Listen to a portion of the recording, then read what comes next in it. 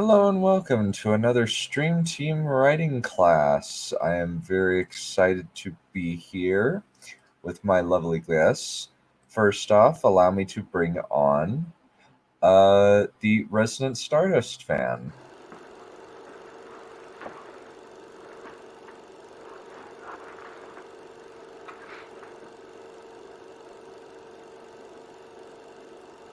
Yep, that's me. Hey, Well, we must be having a jolly holiday with Mary, aren't we? excuse you.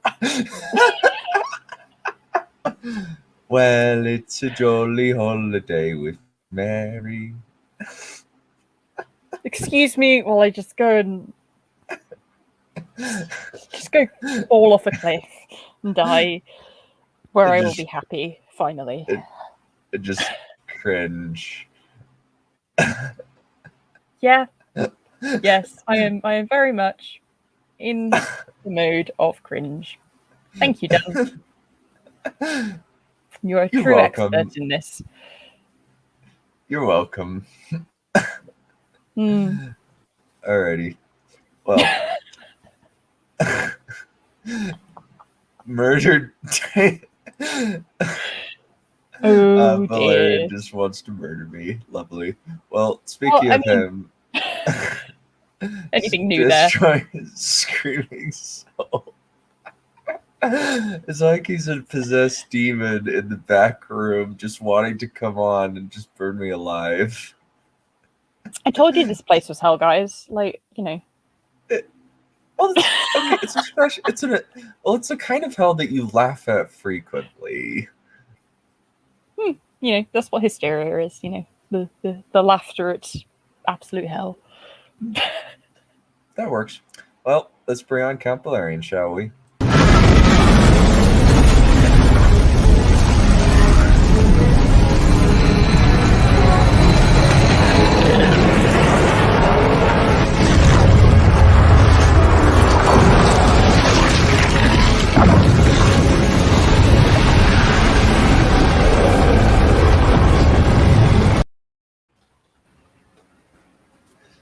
Hey. Die! I know.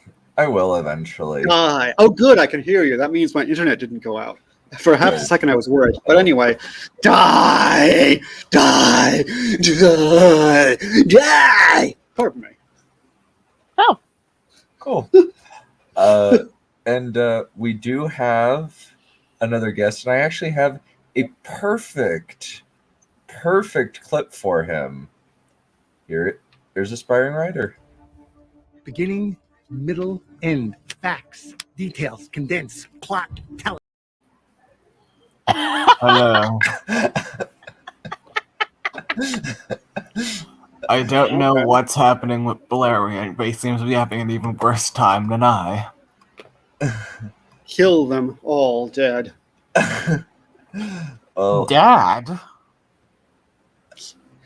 Kill them, murder them, destroy them, kill them dead. Becca, how did you torture this poor soul? What happened before I was born? Well, we're not born, hatched, but whatever. Yeah. Yeah, well, that clip is particularly hilarious considering it's in Transformers: Revenge of the Fallen. Oh. Jesus fucking Christ. Yeah. We watched Transformers 4 yesterday. It was the movie was 3 hours long. This goes beyond even your usual sadomasochism. Yeah, I think it's the one, like, Tarek was actually defeated 24 minutes in. What happened? Yeah, I had to deal with the aftermath of that, just so you know. So if you fucking kill him, I'm going to kill you. Just fair warning. What happened to Tarek? He was broken. He was Also, very broken. How long ago was this? Yesterday. He seemed fine. We were just talking. He seemed fine. Maybe the night got him over it and chatting with his All right, let's British move on debut. before you finish that sentence. Right. Well, Anyway. I was just going to say British debutante, but that works fine. It's just, not. Anyway. Okay. So, introduction. We're gonna kind of be shotgunning style since like style is kind of easy to go over, really. So we're gonna be talking about Tolkien, Gaiman, Pratchett, Rowling, Dumas, Hugo, Lewis, George R. R. Martin, Abercrombie, and Sanderson. Not necessarily in that order, but we'll get started with Tolkien. So yeah, we should probably say a word or two, a couple of words about what we're. Pardon me, sorry. Okay. Basically, we're kind we of. should probably just say a word or two about what we're talking about here. Yes, I would agree with that. Well, kind of, we're just going to be talking about like their styles, how they write stuff, maybe even some of their like mentality when it comes to constructing characters, that sort of thing. Like word choice and structure, what kind of prose they use, that sort of thing. Yeah, paragraph structure, things of that sort. Mm-hmm. It has been a very long time. Like I remember Lewis more and Sanderson and Abercrombie and Martin a lot more than I remember Dumas and Hugo. It's been a very long time since I read the originals. It's mainly like the overall structure of the story, but the main thing with Dumas and Hugo is historical tangent. The book is the main thing with Hugo. Yeah, they do go on tangents. Yeah, well, that's kind of the benefit of being paid by the word. Well, there's just an yes, and that also becomes very relevant. Oh, Balerion? That's also very relevant in terms of the style of Dumas' Count of Monte Cristo, how he handles dialogue. Being paid by the, I think we might have been paid by the line, actually. I'm not sure, but he might have been paid by the line. I should have reread there's a bit at the end, of the book where they have like, where the editor explains stuff and all that. But I don't. Okay. It's been a while since I read that bit. Okay. Yeah. Okay. Yeah. We'll get to there when we get to there. But with Tolkien, he's very much in the style of third-person omniscient narrator, almost as if like he's translating a history book that does occasionally get into the heads of the character.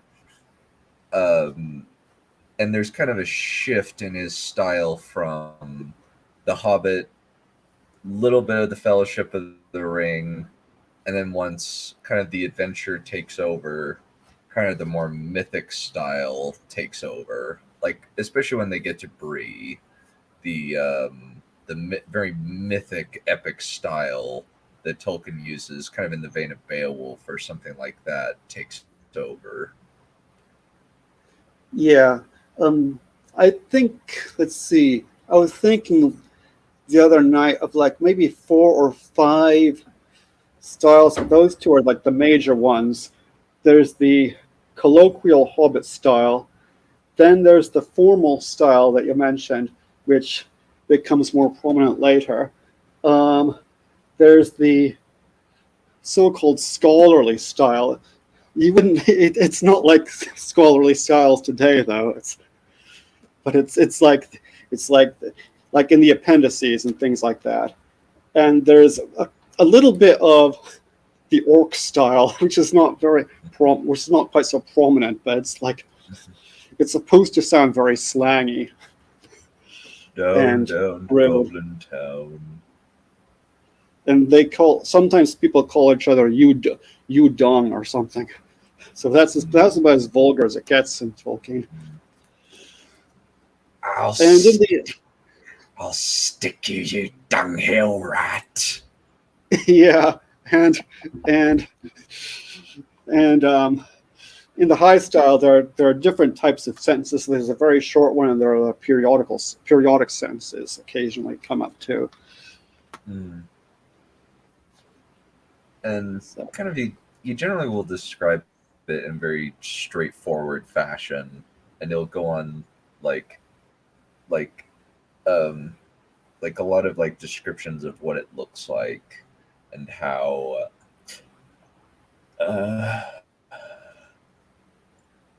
everything like fits together via the history, and they'll have characters who know the history kind of describing it to the less knowledgeable characters to kind of flesh out the world.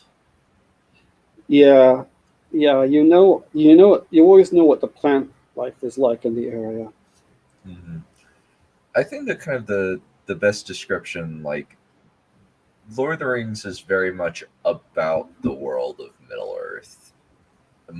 It's very kind of discovery world building in some senses,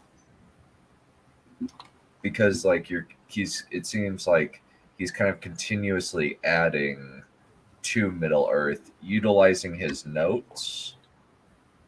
But I think like it seems as though like Tolkien, like he knew roughly where he was going, but he kind of discovery wrote to that point in many respects.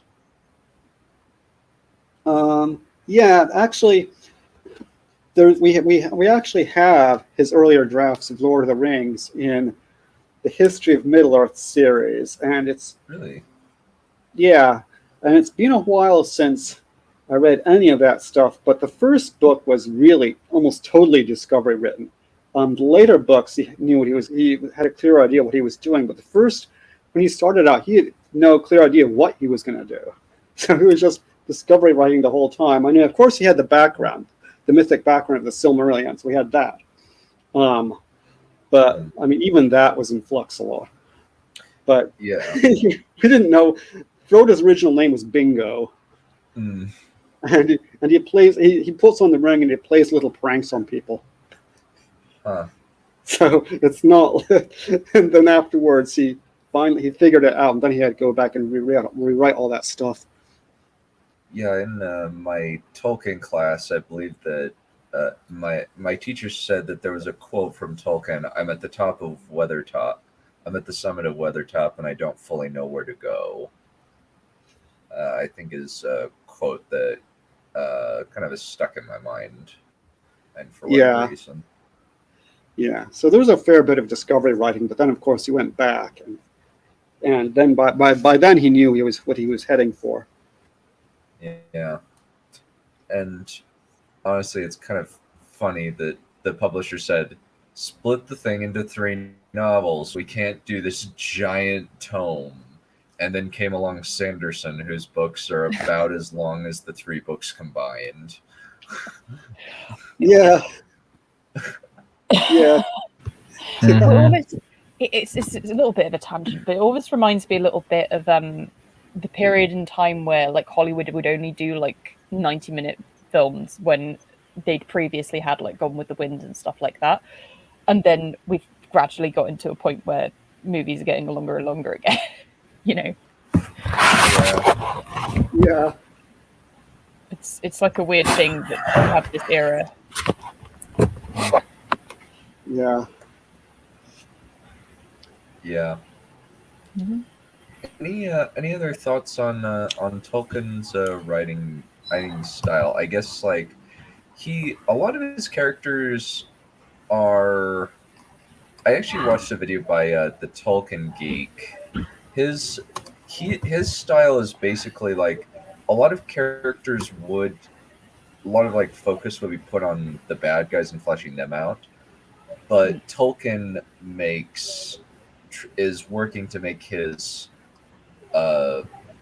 good characters more interesting and creates a pretty solid like destination and journey for Aragorn. It's not really an arc. It's more just like a straightforward journey that he goes on. Yeah. Maybe a flat arc, I'm not sure. Yeah. Since Aragorn is basically the king from the moment he grabs Narsil. Like it, or gets Anduril from in the Fellowship of the Ring. Yeah. And the main reason why he's doing that is because he wants to marry Arwen. Though she was kind of a later addition. Oh, From yeah. what I understand,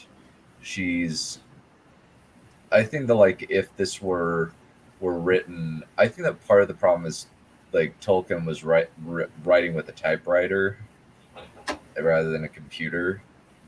So I think if he knew that Arwen would be that pivotal to Aragorn's arc, he would have added some of the stuff in the appendices to the Lord of the Rings.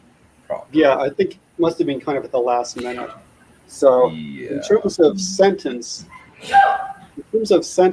it's sort of interesting because he has the very brief plain sentence, which he excels at.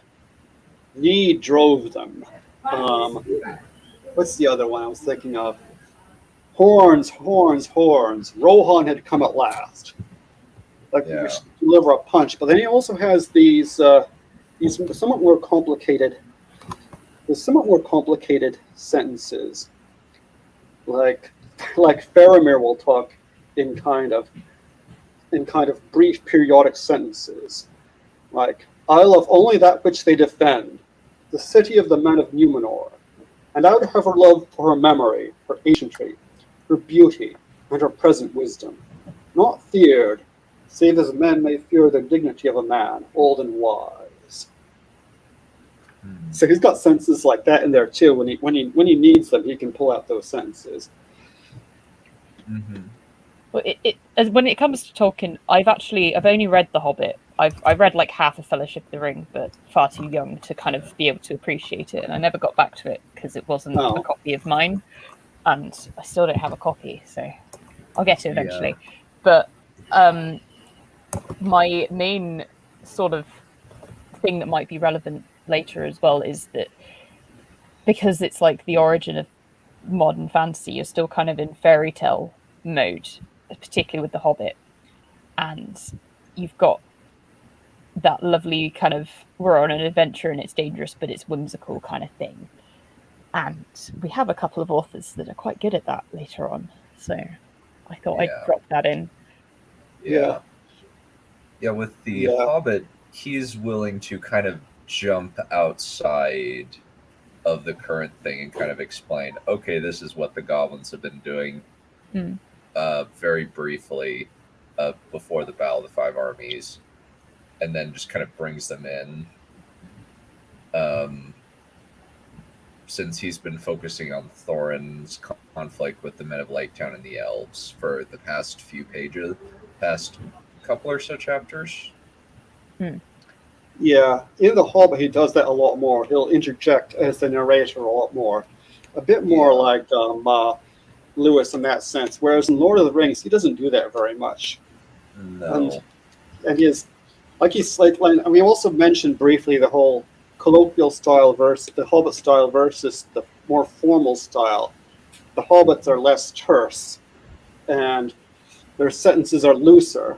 And also, he'll do things like he won't use the subjunctive. He'll say, "If I was you" or something instead of "if I were you" when he's talking, when he's in the Hobbit bits, especially like in the first part of the Fellowship of the Ring or in the Hobbit, he'll do things like that. And then later on, of course, he's got subjunctives and God knows what. So, in terms of word choice, tense and mood choices, things like that. Yeah, it's actually cool that you mentioned Lewis because Lewis is actually right after this. I really like C.S. Lewis's style. It's actually like due to the fact that like the audiobooks are really short and I had the CDs, I would just listen to them on repeat over and over. I think my favorites were The Last Battle, um, Voyage of the Dawn Treader, and Silver Chair. Those are kind of my favorites out of all of them. Uh, and it's kind of interesting, like how Lewis's world building. I think that actually, like Lewis, in some ways, is a better structuralist, better narrative structuralist than Tolkien in terms of like how he constructs his plot, because it seems like they're very, very clearly thought through, and very rarely does he like Silver Chair is clearly like he had the whole narrative planned out in his head Well, from the get go. they're so short and succinct that it's almost hard for him to have not done that, if that makes sense. Like, he's got the destination so close that you can already see it from the beginning well, at least as the author. So, and I mean, Yeah. he's very good with like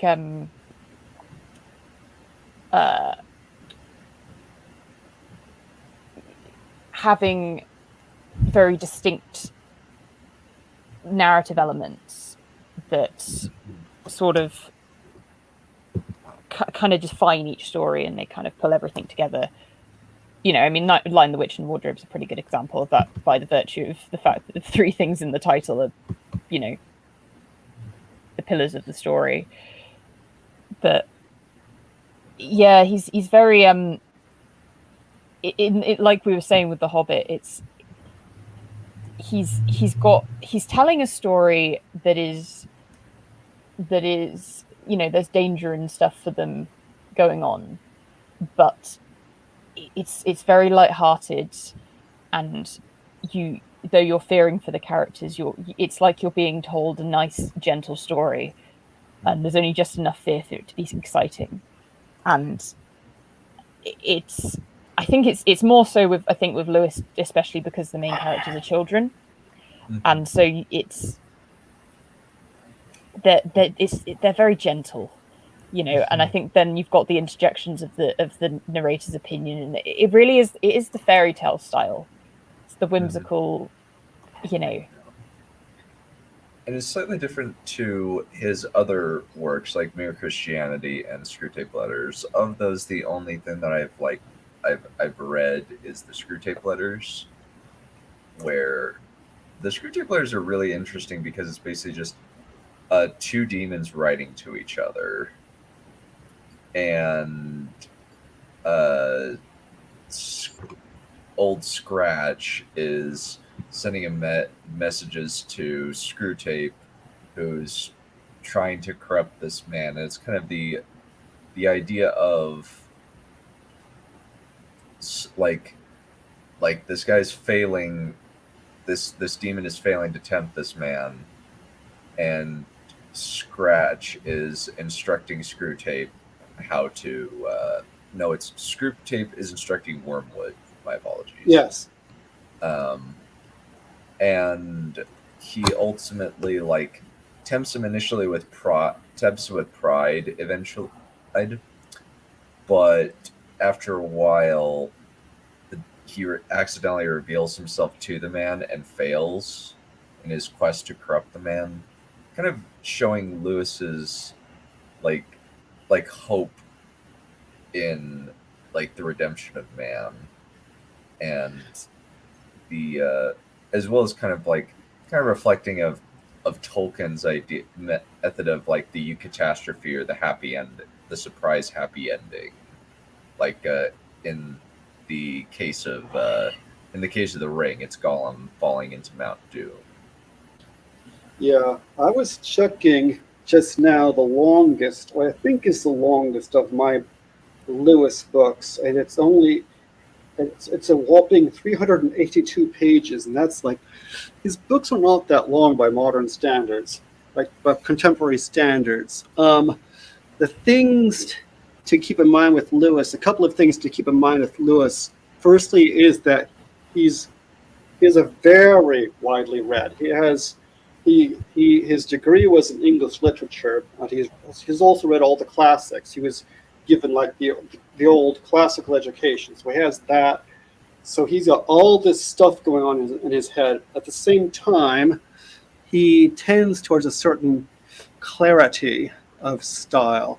Now it differs because his adult novels are not quite so clear and fluent as his children's ones, but still, Yeah. that's there. His style in his non-fiction books about his books on literature, literary theory, literary criticism, and stuff like that, and literary history are beautifully well written. So I strongly recommend them. Also, there's an interesting bit here. I have a bunch of his essays here. One of them is about, and in one of them he talks about how he approached his style in writing the Narnia books.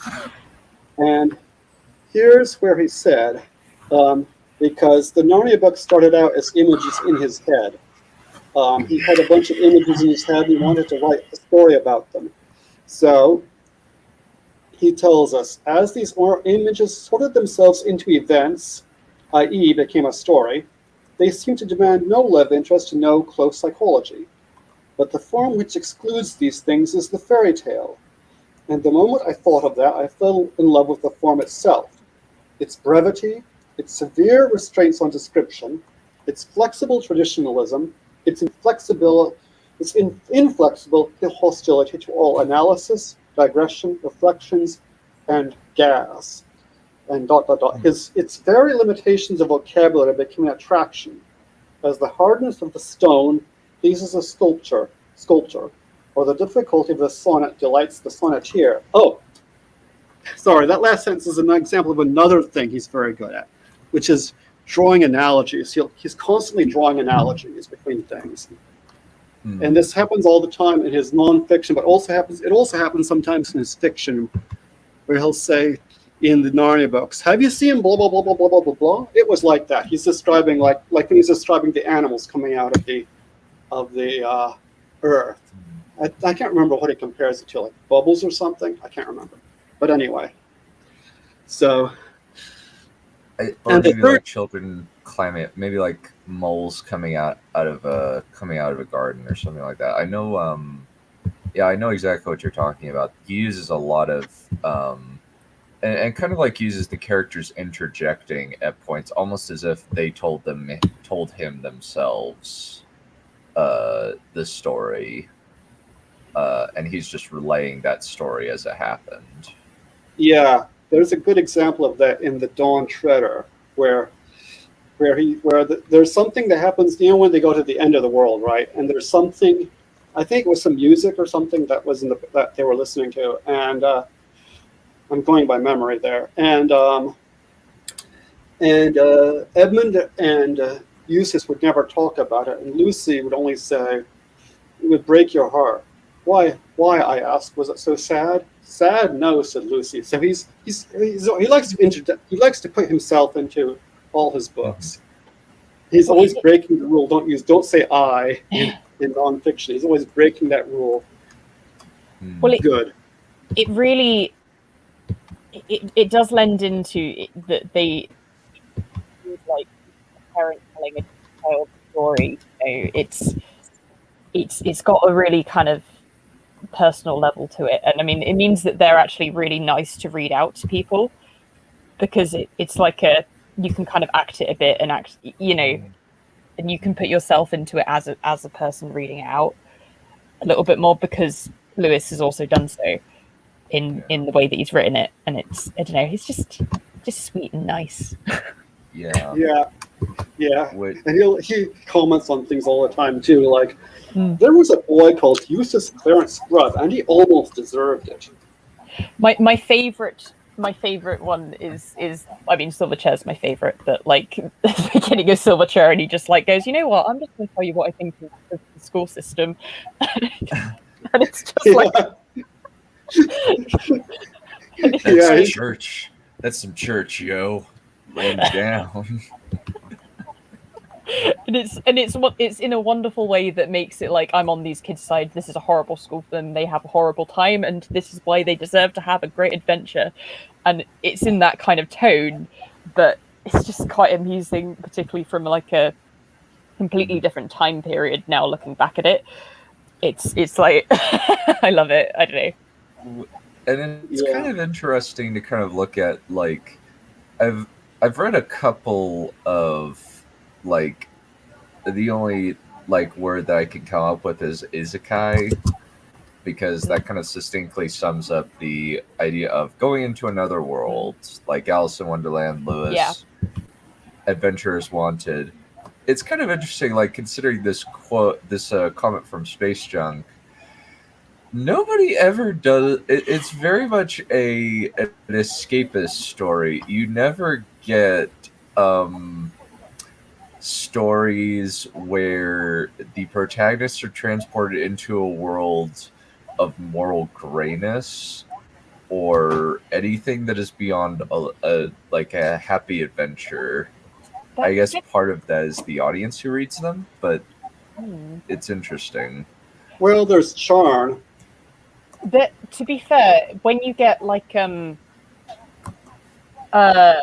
that are a little bit more modern style stuff, like generally speaking, it's the weird little genre of woman from a more recent time gets sent back in time to a further time period type novel, which for some reason, I mean, I quite like them, but I don't know why they exist.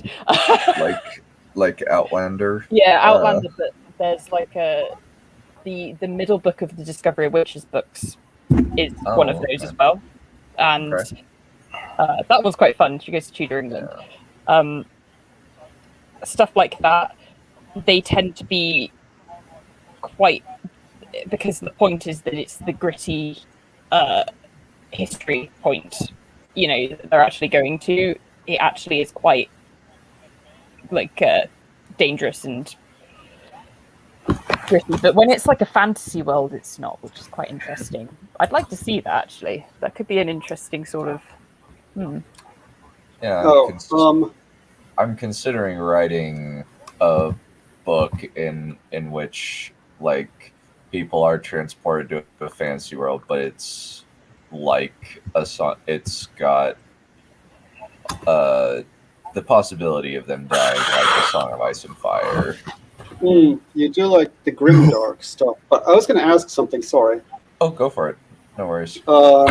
Isekai. Because I keep hearing that word, and I don't speak Japanese. I don't speak Japanese, so I don't know what's that all about. I know it's some kind of anime-ish thing. Other than that, basically, it's anything where a protagonist is transported from one world to another. okay. It's kind of the only. It's kind of just a short, succinct descriptor of stuff like Wizard of Oz, Narnia, Alice in Wonderland, Adventurers Wanted, that sort of thing. I always, to be fair, before I heard the word isekai, I always just use like the word like rabbit hole stories or like down the rabbit hole. I guess that's like a little bit more, wordy, but I guess because Alice in Wonderland's one of the originals, it's sort of. I always like think back to that as like the reference for it. But yeah, at least it's English. Yeah. Well, at least Lewis and Carol and all that would approve of it as a term. Yeah. Yeah. So I imagine there's actually a reference to Narnia in Adventurers Wanted. There is a shop where you can basically say, hey, I would like to go on an adventure, and the guy will sell you the opportunity to go on an adventure with a team of fantasy people in a fantasy world. And one of the things is we can use the back door or we can go through the wardrobe. Yeah. And To be fair, sorry. yeah, I was just going to say, and like Adventures Wanted, I got through book 2, and I'm just like, I'm kind of done. This this is just the first book again, and the main character has no arc, and he's a giant Gary Stew, and I'm just really frustrated that there is no character growth. Because he's just the same good guy, good, generous to a fault guy who basically doesn't care about money at all. And he just keeps getting lots and lots of money, so his funds are basically infinite at this point. So because they start off with grabbing a dragon's hoard, and he basically now has infinite money, near enough, and he never has to worry about money for the rest of his life in this fantasy world. So, but then again, he also has to go back to his own home, and then he can go back to the adventure and basically say, "Hey, I would like to be this specific age when I do my adventure." Like, Yeah. It's odd. I'll have to. I kind of want to finish the series because the guy said found out that he was dying, and so he just said, "Hey, I'm just gonna wrap up the series, and I'm not gonna like drag it out anymore." So Yeah. but if you had I a may, comment to make. Yeah. yes, I'm going. If you don't mind, I'm going to go back to Lewis and Yeah. worlds, and and not all the worlds people go to in the Narnia books are nice, because they also go to Charn, and Charn is not very. It's an old world, and it was pretty nasty before it ended, and it basically ended because these people were fighting all these wars, and suddenly the lady. Oh, by the way, I have to say a word about Jadis, because she's one of the most brilliant villains ever. But it's also interesting that the style in The Magician's Nephew it seems like older and sadder somehow than in the other Narnia books. I was going to say, as soon as you mentioned Charn, I was like, Magician's Nephew has a different note to it than the rest of them. I think Last Battle was an element of it too. Possibly it's just his later writing style, but it's. I remember being a kid when I read them, because I read them quite young, and I remember almost making the mistake of reading A Magician's Nephew first, which I think you can do if you read them when you're older. But if you're a little kid, sort of getting into them and reading them on your own, and you're as like a little sensitive kid like I was, it kind of freaked me out quite a lot. And because it is quite dark, and it's not the same thing as having just watched the Lion, the Witch and the Wardrobe film, which is, much more hopeful, and going into The Magician's Nephew and going, wow, this is whoa. Yeah. At least for a kid, it's like it is definitely a different note. Yeah, since Magician's Nephew was second to last in terms of when he wrote them. Yeah. Yes. It's quite interesting, actually, because one of my favorites is actually The Horse and His Boy, which doesn't get a lot of, it gets kind of forgotten, bless it. It's a sweet little book. And I really like that one, but it's interesting because I think that was the one just before Magician's Nephew, but that one's quite light and sweet, probably because it's the least kind of world shattering in terms of the events that happen. But I don't know, it's interesting that you go from that to Magician's Nephew. Yeah, I love The Horse and His Boy too. Yeah. I liked Kellerman. That's my dirty secret. I kind of like Kellerman.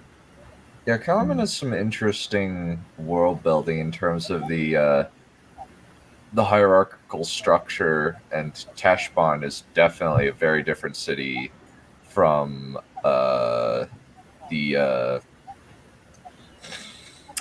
from Cara Paravel. It's much more lushly described. Yeah.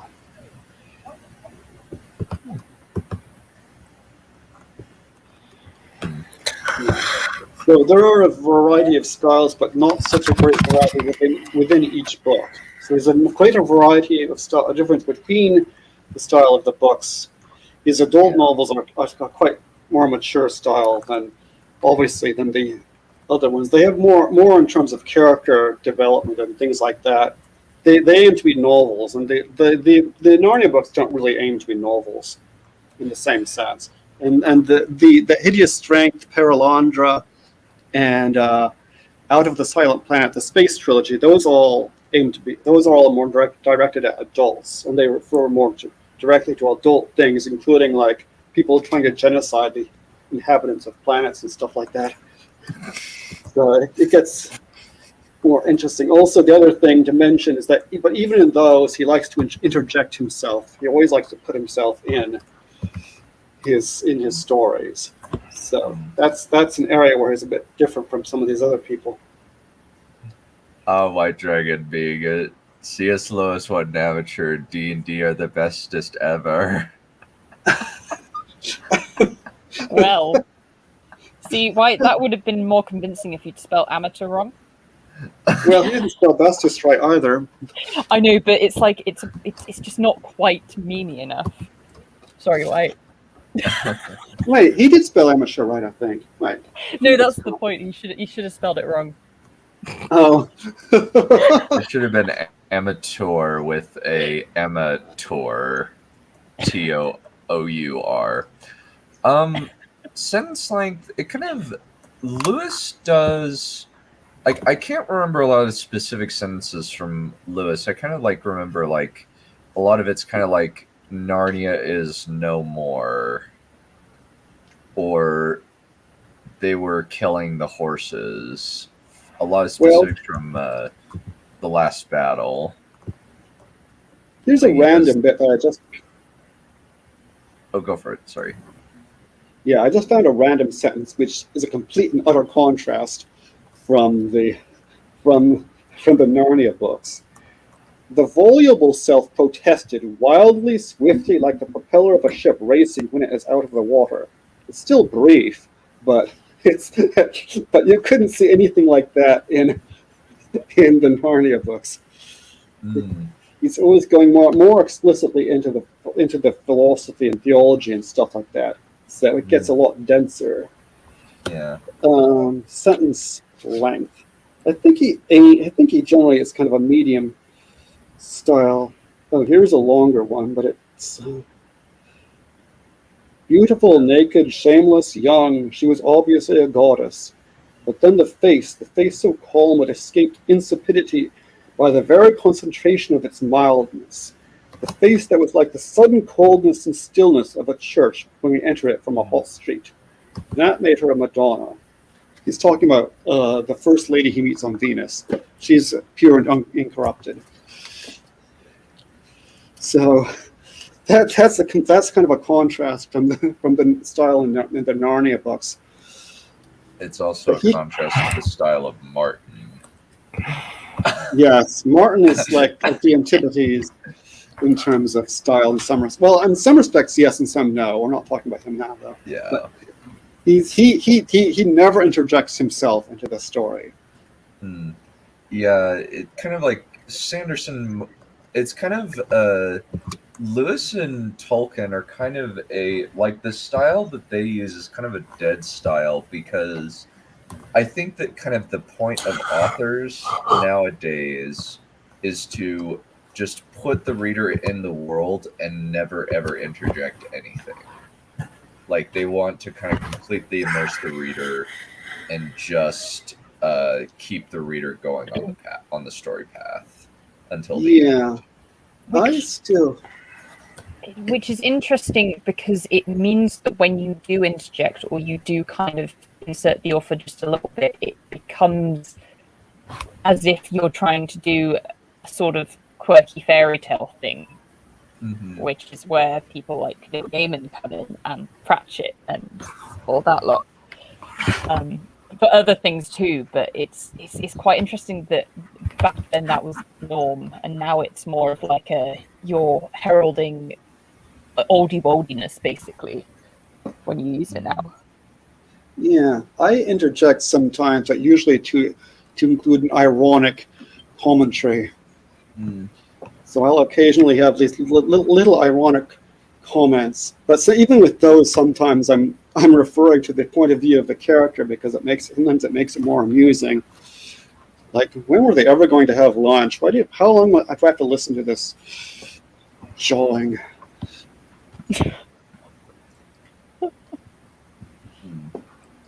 Yeah, Wheel of Time is definitely like a lengthy book series where you never really get out of the characters, and we've done quite a bit of talk about Robert Jordan, so we won't bring him up here. But I think that kind of covers Lewis in many respects. Any other thoughts on him before we move on to the next one?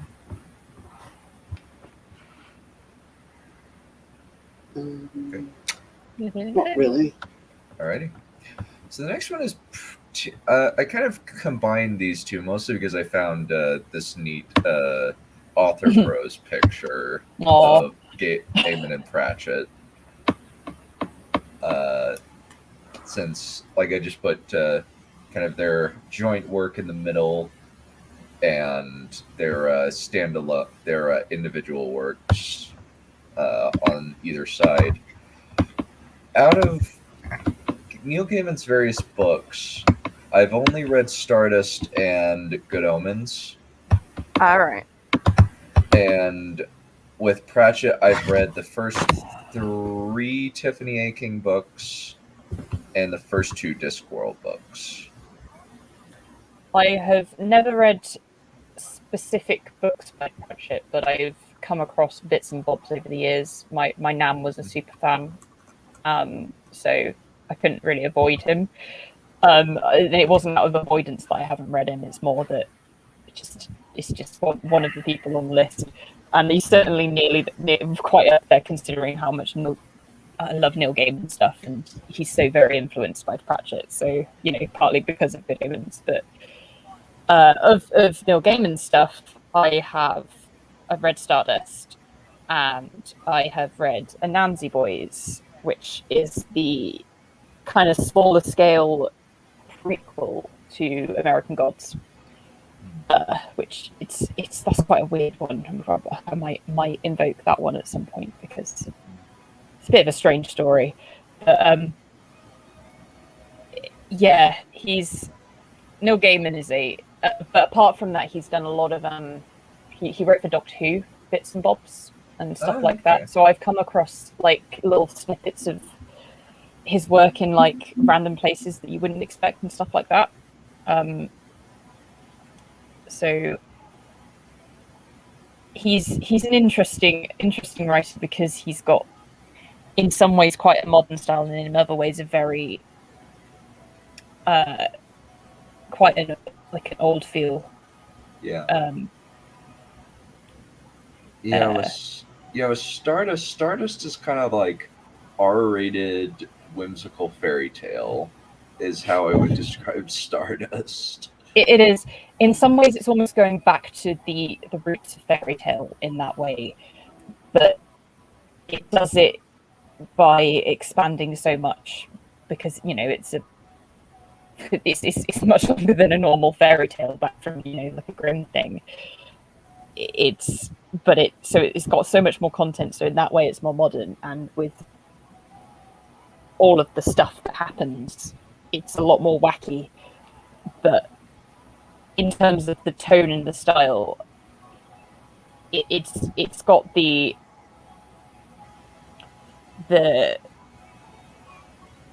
feel of fairy tale, like down to a T, without like it's like taking fairy tale back after the age of Disney, which isn't a dig at Disney. It's just that Disney altered how we see fairy tale in many ways. Yeah, Disney very much sanitized a lot of Grimm's fairy tales. I think that's not a dig. That's just a statement of fact. Yeah, and in many ways that's a good thing, but but it's also wonderful to remember the old way that they were told, and especially because there's something about having the darkness of old fairy tale that highlights the whimsy, because Stardust feels far more whimsical than any Disney fairy tale, and it's partly because it's got the contrast of the the R-ratedness, basically. Yeah, for example, there is actually an R-rated Snow White movie that came out in 1997 with Sigourney Weaver and Sam Neill. Oh wow. It's more like a horror book, a horror movie where like there's actually like some Mhm. and like I guess like there's kind it's apparently like supposed to be really creepy. I've never seen it. I've seen the Snow White movie with Kristen Cruick and Miranda Richardson, Oh, where right. you get Rita Skeeter playing the evil evil queen in Snow White. See, the thing is, I'm although I know Miranda Richardson as Rita Skeeter, but primarily I know her as Elizabeth I in Blackadder. Oh, So that's like, oh my god, she's playing natural evil. yeah, That's fab. She is wonderful. yeah. You know what? Wow. I'm just looking over the description of Snow White: A Tale of Terror. Like that's the title. I'm like, I kind of want to watch this movie Oh my god. because it looks insane and just it's like it's basically like George R. R. Martin said, "Hey, you know that Disney movie Snow White? Let me take my own spin on it." Jeez. But no, on the subject of, Yeah. of Neil Gaiman and stuff, Yeah. that's the interesting thing. As we were, obviously, just before we were talking about authors writing in their time, in the way that you write in your time, and now you read Neil Gaiman, and it's told without like trying to hide the author. You're telling it as if it's a tale being told out loud, with the commentary and the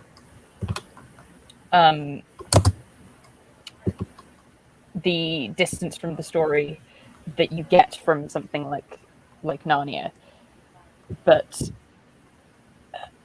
which, because it's in a modern story, it instead of feeling just like it's in the time, it adds to the fairy tale feel, and it adds to that sort of magical. It's an element as well that like you almost tell it like that, so it sounds like a story that's being relayed as like it's being told from as a story that's being retold from something that they heard from someone else, who they heard from someone else. So it's like it's a folk tale rather than being made up by the person telling it. So as like an authenticity kind of level, and that's it's interesting that it's now a technique that you use rather than an incidental thing once you get to people like Gaiman and Pratchett. Yeah, I think like a lot of like Gaiman uses a lot of like clipped dialogue in a lot of his stuff. Like that's kind of one of the major things I remember about Stardust. Is that a lot of his characters are very witty. Like when Una is talking with Dunstan, who is a bit of a dunce in the book,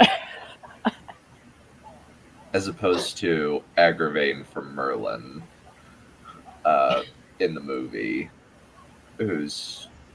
or as a young man, Ben Barnes. Yeah, I was gonna say he's Caspian who grows into Agravain. That's really strange.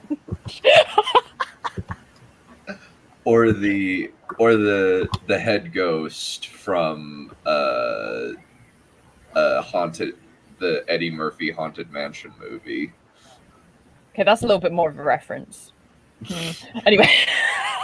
Well, you got Zod as the evil butler ghost, so what's not to love? Fair enough.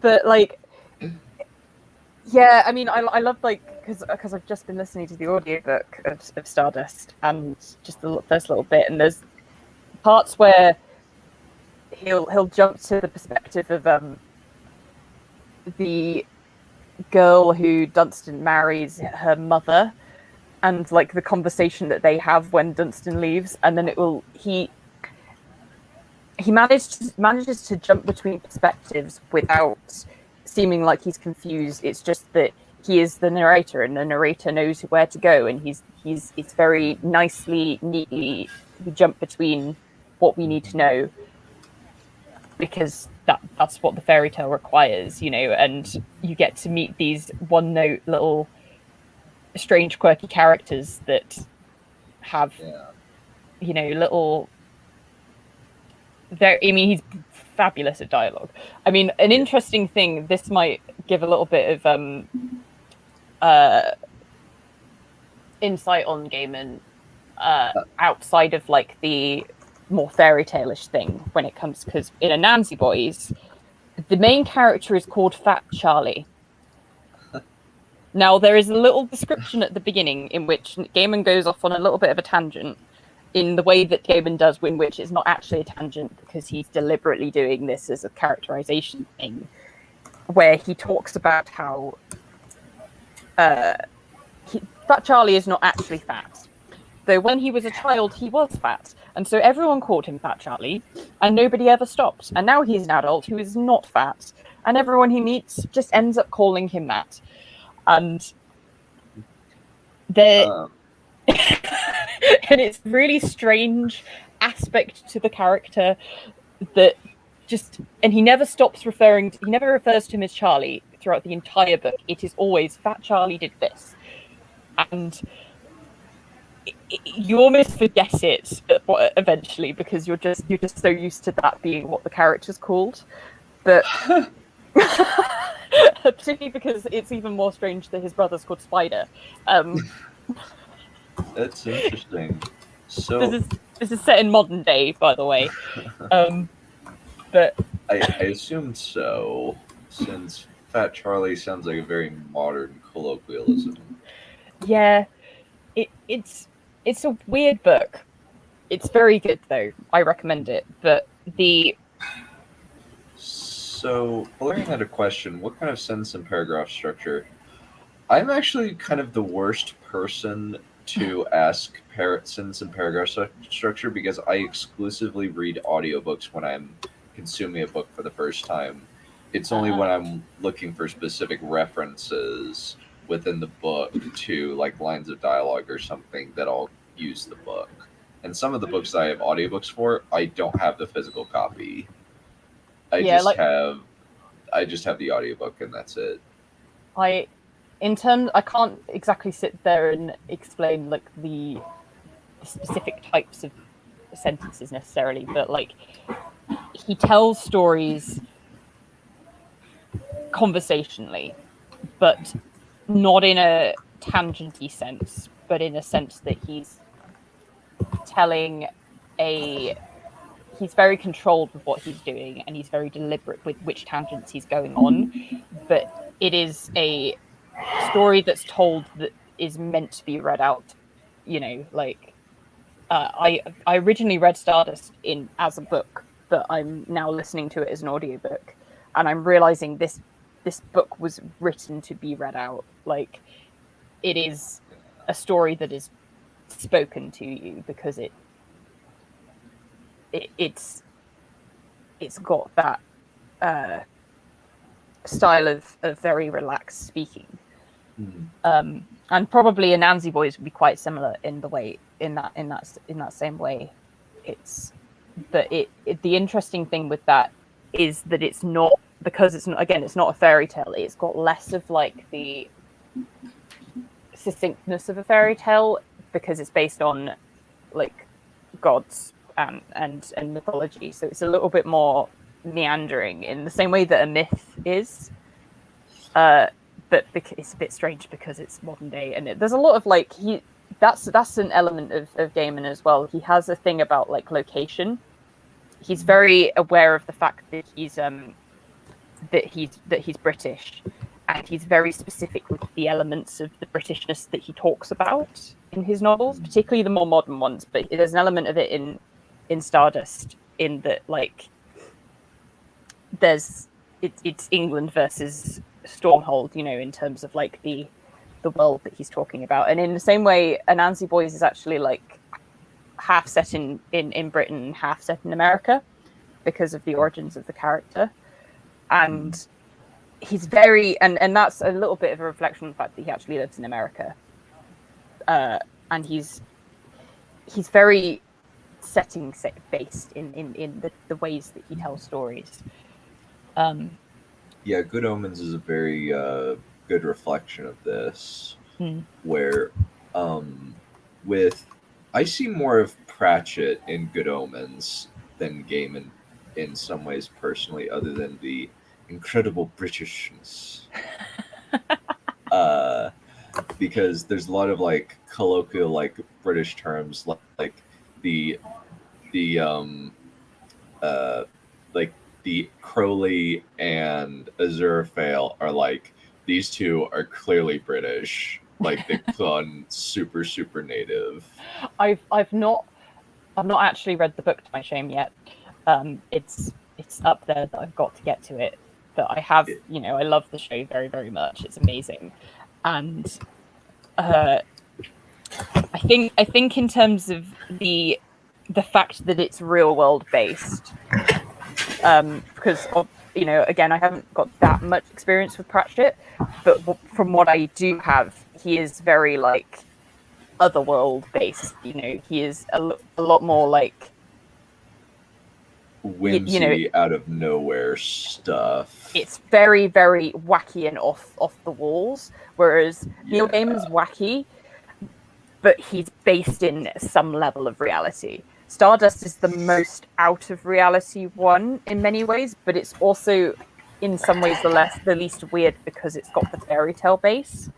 Whereas the stuff, everything else that I've gone to with Gaiman, it's almost like because he's got reality as like a setting, like a modern day as a setting, he therefore just goes absolutely mental.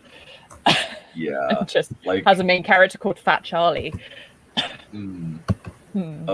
With Pratchett, like I think one of his most genius inventions is the We Free Men, where they're these tiny blue-skinned, fiery red-headed people that are about an inch tall with superhuman strength, who just, their religion is basically steal and fight and eat and get drunk. That's their religion. They're like, we're already dead, in reference to how they are. Like, they think that when they die, they go to the land of the living because they're in heaven right now, where they just get to do all the things they want to do. I think the interesting thing, I think Pratchett almost writes in concepts and just sort of personifies them to like the nth degree. That's almost what he does. And Gaiman has elements of that. Gaiman is the 100% the inheritor to Pratchett in terms of like what he represents, but he's very distinct in other ways. Which is why Good Omens is a wonderful thing to have exist, because it's a lovely midpoint to kind of bring together Pratchett's kind of absolute crazy mind and awesome ideas down to like the slight containment that Gaiman brings along, and like the contemporary sort of that edge. I don't know, they're really hard to describe as well, because they're just like wacky crazy people with wonderful minds. Though I will say that in Good Omens, the death in the personification of death in Good Omens, and the death in Discworld are very, very similar in terms of they're very serious. Though in the Hogfather, it turns out that Death has an adopted daughter, and he has to take over Santa's job, the Hogfather, who's the Discworld version of Santa Claus's job, for a night. I feel like my nan told me that story at one point when I was really little. Yeah. And That very it's weird having a lot of the I have a lot of the stories in my head because they've been relayed to me, but not necessarily told in their full form. So I sort of know the little quirks of his stories, but not necessarily like the yeah, specifics. and Pratchett definitely has, at least with Discworld, there's a lot of, it's kind of a more crazy version of Narnia, in some ways, without the isekai. Like, the counterweight continent, or the gold continent, is clearly like our world. Like, there's an insurance agent is going on a tourist trip of the other continent, and he's got this giant thing of gold and living wood, and in the mini series he's played by Samwise Gamgee himself. Oh wow. That's Yeah. fun. Yeah, it's quite excellent. My name is Two Flower. It's Good and old it just Pratchett. yeah, and just it's and like he'll kind of have like little tangents like, and it so to talk about the innkeeper, he decided to take advantage of Two Flowers' insurance thing, and so decided to burn down his inn to get the money from it, on the insurance fraud. And unfortunately, and then like as he's talking, death just shows up and says, "Hello." It's quite amusing in many respects. Hmm. Yes. Oh, that's great. That's really Pratchett was funny. such a gem of a human. Yeah. R.I.P. Sir Terry Pratchett. Yeah. Yeah. But that's kind of an example. Mm. I've only read the first two Discworld, and I've only read a few, like 5 or 6. Yeah, 5 of Terry Pratchett's books, and one of him and Gaiman. I'm interested to kind of get into more. I hope eventually to talk about Evan Winter, because I really like the Burning series, but we'll get into that another time. That's my hope. So the next one is that I want to talk about are kind of a couple of classic authors. Count of Monte Cristo, specifically Alexander Dumas and Victor Hugo. I will always kind of remember, like, I listened to the audiobook of Les Mis, and it was unabridged, which was a big mistake. If you read either of these guys, read the abridged versions, because it is very much tangent the book. I'll keep that in mind. Jesus. Yeah. So, but I will kind of and also like the audiobook reader for Les Mis was just so boring. Like I couldn't stand it. Like after a while, and I just quit. Like I think like 3/4 in, I'm done. I can't do this. I need to read Wheel of Time or something else. But I'll kind of always remember every time the next part of the audiobook started, it was Les Miserables by Victor Hugo, read for you by such and such. And that's just stuck in my brain as kind of just something that as like the little thing of it. But yeah, you were going to say something, Balerion? Yeah.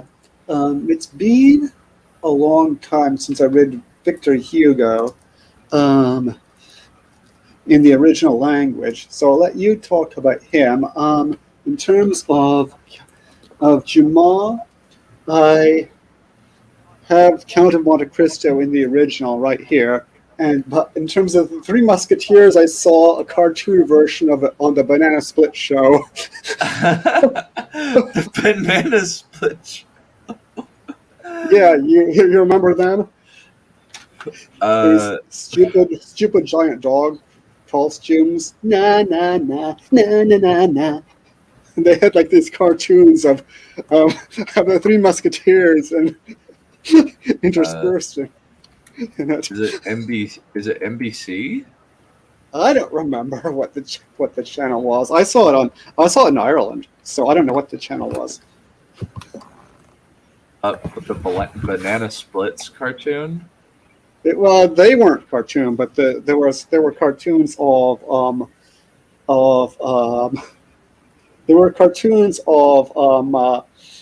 the Three Musketeers, but they weren't cartoons. They were like dressed in these big stupid dog outfits.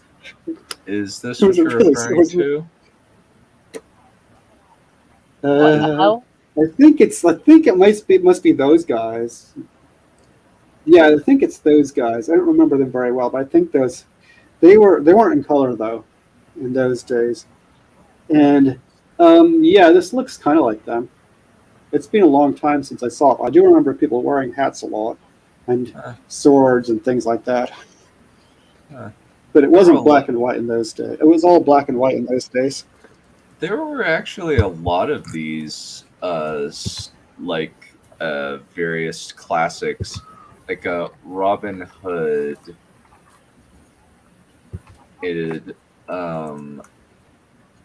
Not this. Yeah, I remember that too. That came out the same year. Yeah, I think there was like a Man in the Iron Mask animated movie. That was like Probably. I think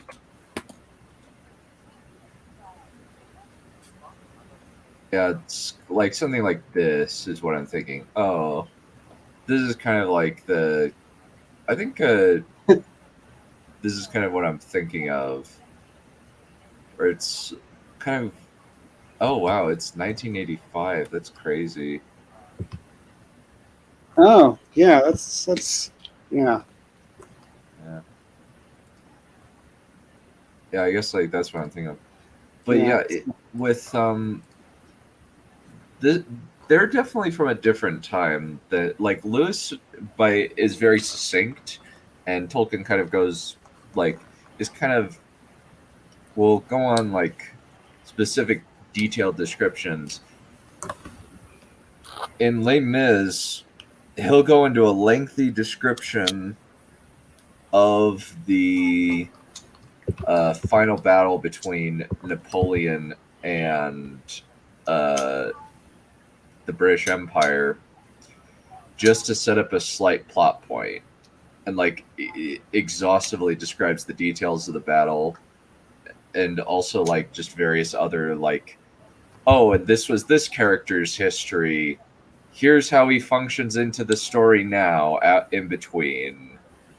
And I just, like, after a while, I was, and like, just Marius in the book is so annoying. I did not like Marius in the book. He's basically just like staring at this girl who he names Ursula in his mind and never goes to talk to her, and just like is just sitting there in this park for hours waiting for her to show up, and it's just like, dude, come on. Yeah, I think he got the girl eventually. Yeah, oh, he does. It just takes like 100 pages or so. Well, that's not that long.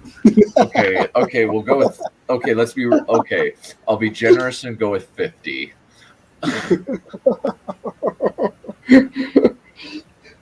Yeah, I mean, there was this other girl who had a crush on him for some reason. Oh yeah, Eponine.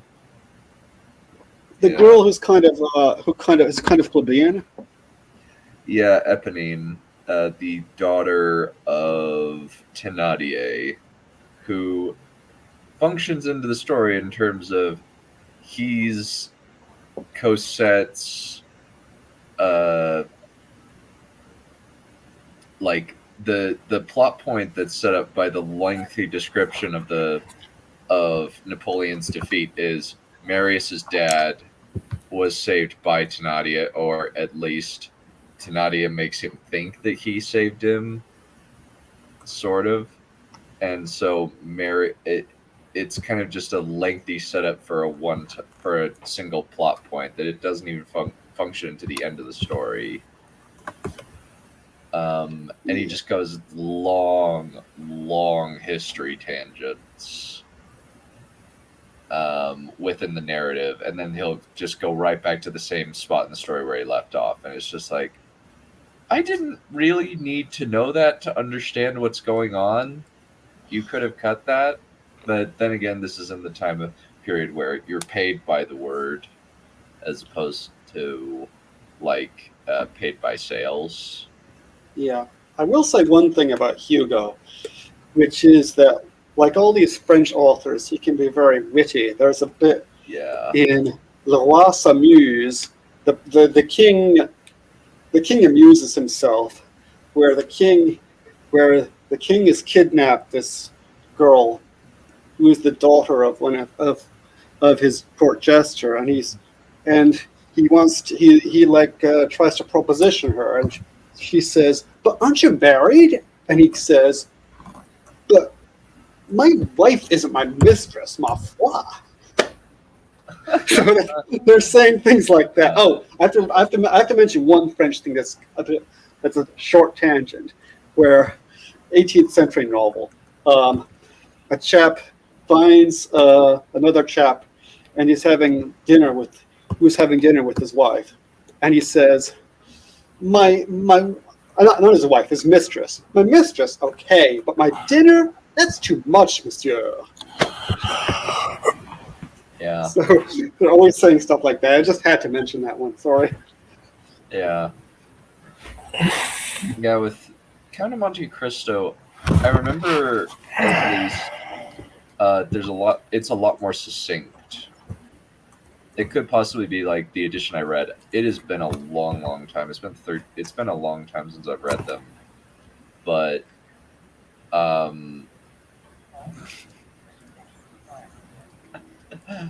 well, we must be kind. Well, we gotta at least be somewhat kind to the frogs. No, we don't. Yeah, the only reason I know the frog as a derogatory term for the French from the Brits is the Hornblower miniseries. Well, that's interesting. Yeah. Yeah, fucking frogs. Well, it is pretty. Go for it. The novel, it's the complete novel. In my edition, it's a paperback edition. Does go for over 1,500 pages. So it's not what you'd call short, but you're correct that the style tends to be succinct. It's not always succinct, but it tends to be relatively succinct, especially. Mm-hmm. Remember that thing that thing you talk about sometimes when you're criticizing readings, when you talk about talking heads? Yeah. Well, he does that a lot. He likes to do that. Yeah, it was a very different style back in the day. Yeah. Yeah, it's like someone will say something, someone else will repeat the thing as a question, then the other person will say yes, and you're like, okay, he's being paid by the line, but or something. But there are like completely different types of sentences too. They're like very rapid fire dialogue. Hey, there are no Italian bandits. There are no vampires. No Count of Monte Cristo. But then, of course, at that very moment, Count of Monte Cristo comes in. And then the Count of Monte Cristo himself has a whole range of different styles, from the very understated, polite style that he often uses. Monsieur, I apologize for the slight delay in my arrival, blah, blah, blah. But then he goes into whole lengthy periodic sentences. A man has stolen your mistress. A man has seduced your wife. A man has dishonored your daughter. Of your whole life, which had the right to. I'm sorry, I'm translating like on the cuff here. Which had the right to expect from God that part of happiness which He has promised to every human being in creating them. He, the person in question, the man in question, has made an existence of pain, of misery, or of infamy, and you think yourself then avenged because to this man who has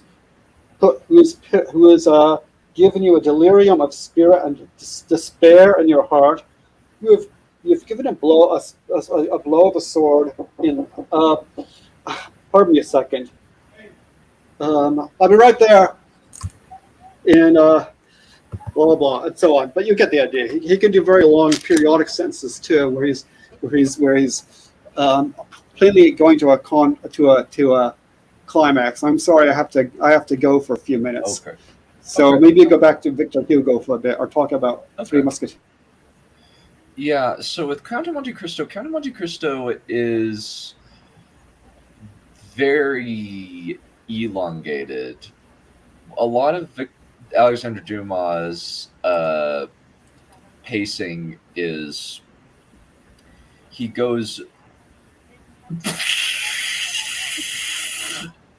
All right, fuck off, Space. Jesus Christ.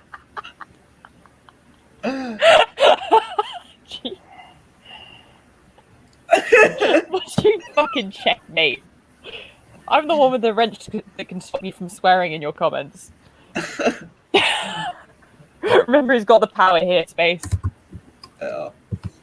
I kind of want to see these sweary comments, like, since for whatever reason YouTube blocks me from seeing them up here in my ivory tower for whatever reason. Like, unless like I'm in the chat, like, but StreamYards just blocks it for whatever reason. I don't know why. He's not been doing them today, to be fair. Well, But you are quoting from the Brits, sir. How? Yeah, but with Count of Monte Cristo, he likes his slow pacing. He likes to kind of dive deep into the characters. He doesn't have as much internal monologue as Victor Hugo. Victor Hugo actually has a lot of internal monologue in his books. And Three Musketeers, I only vaguely remember Three Musketeers. I think I must have just listened to the abridged version because the main thing I remember is the plot and the story.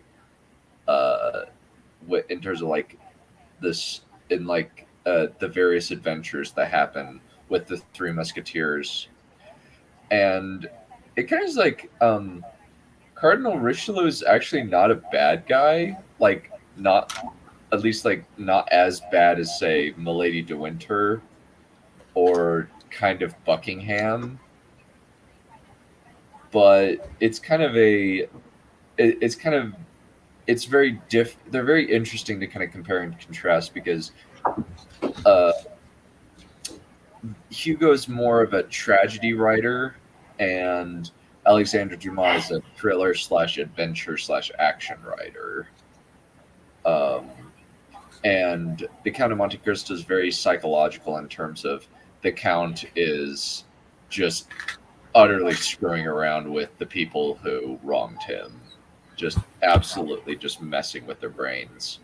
And in terms of like sentence structure, I can't really remember much because I read it and it's harder for me to remember something I've read, especially something I've only read once.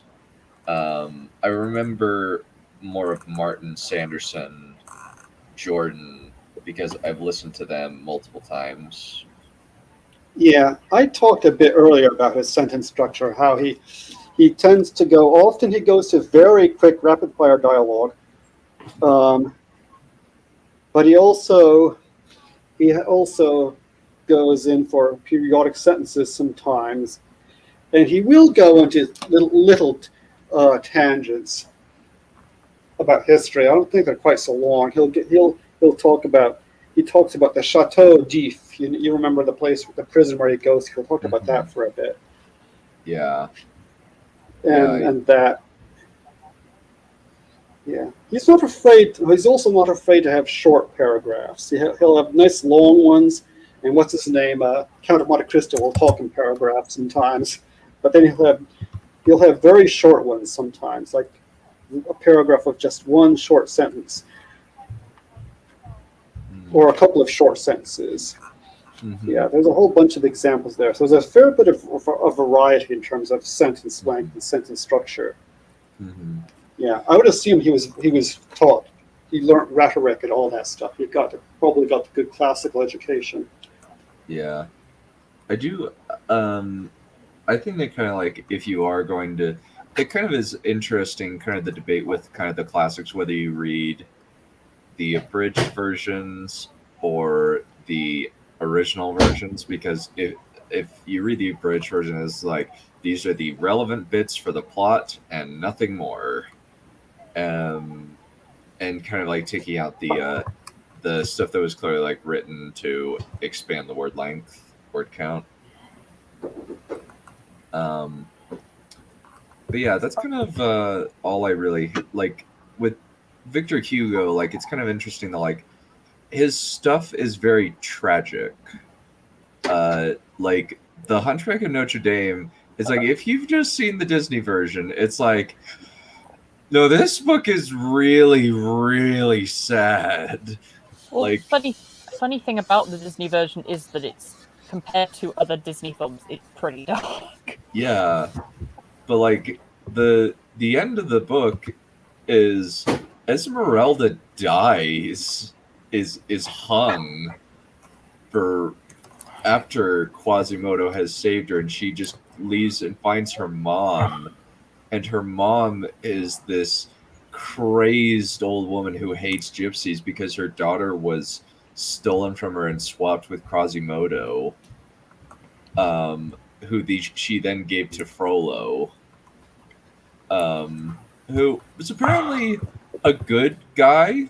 Like he's a decent guy, and then he is overcome with lust for Esmeralda.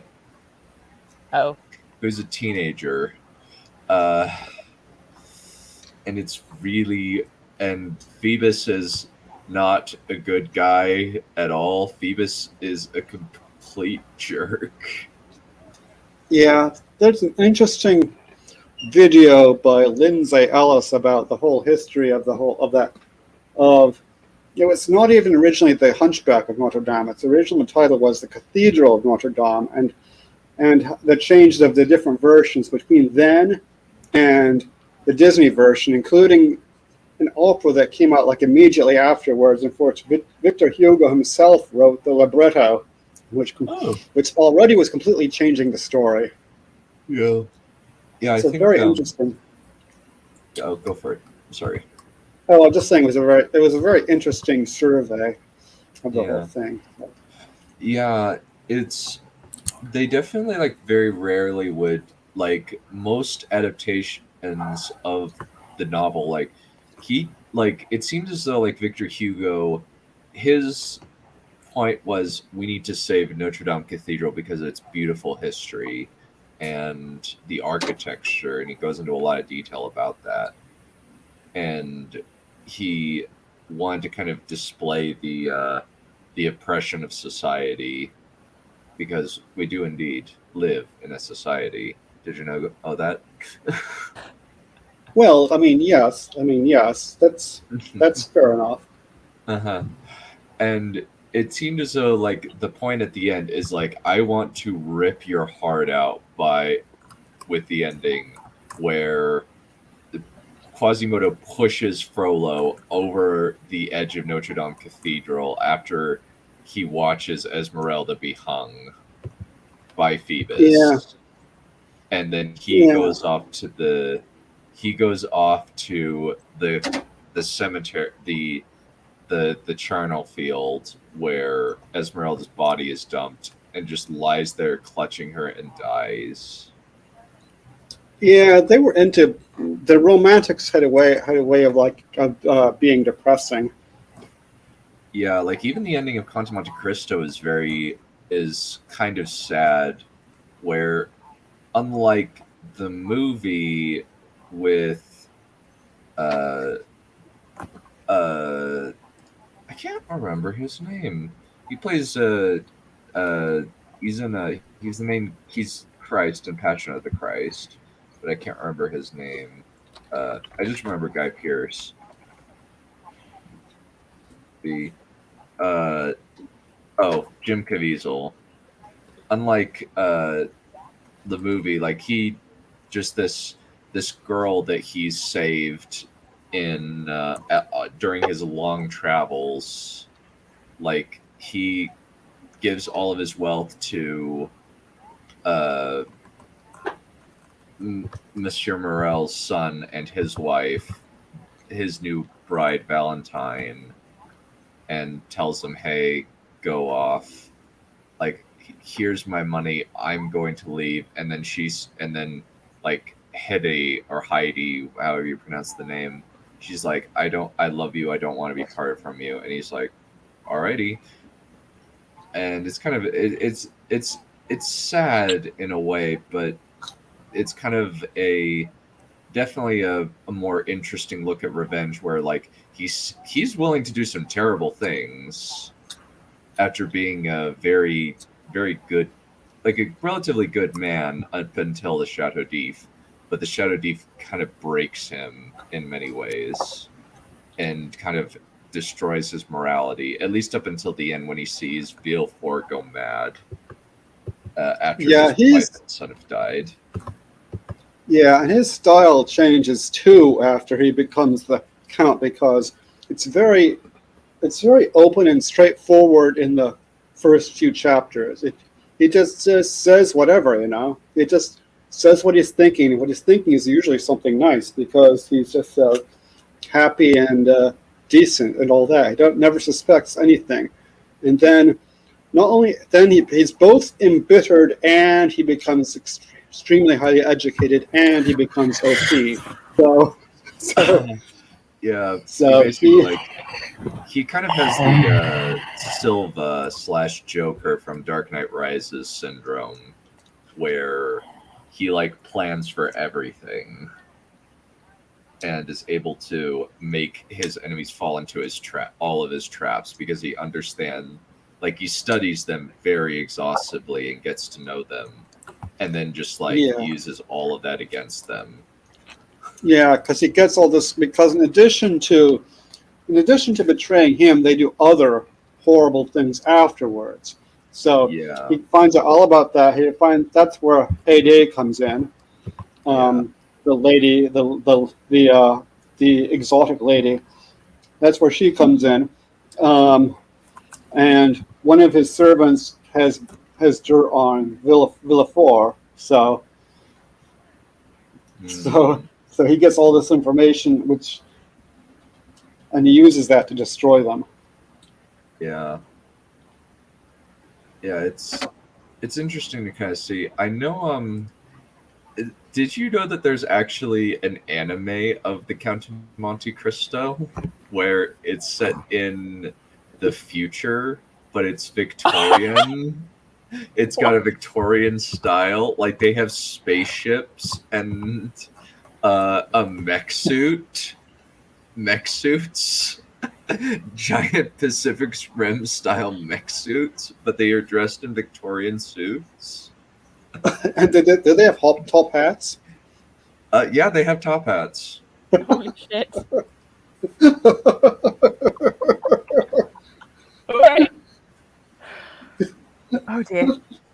I must see that sometime when I get some extra time. Maybe we can watch it. The full thing is on YouTube.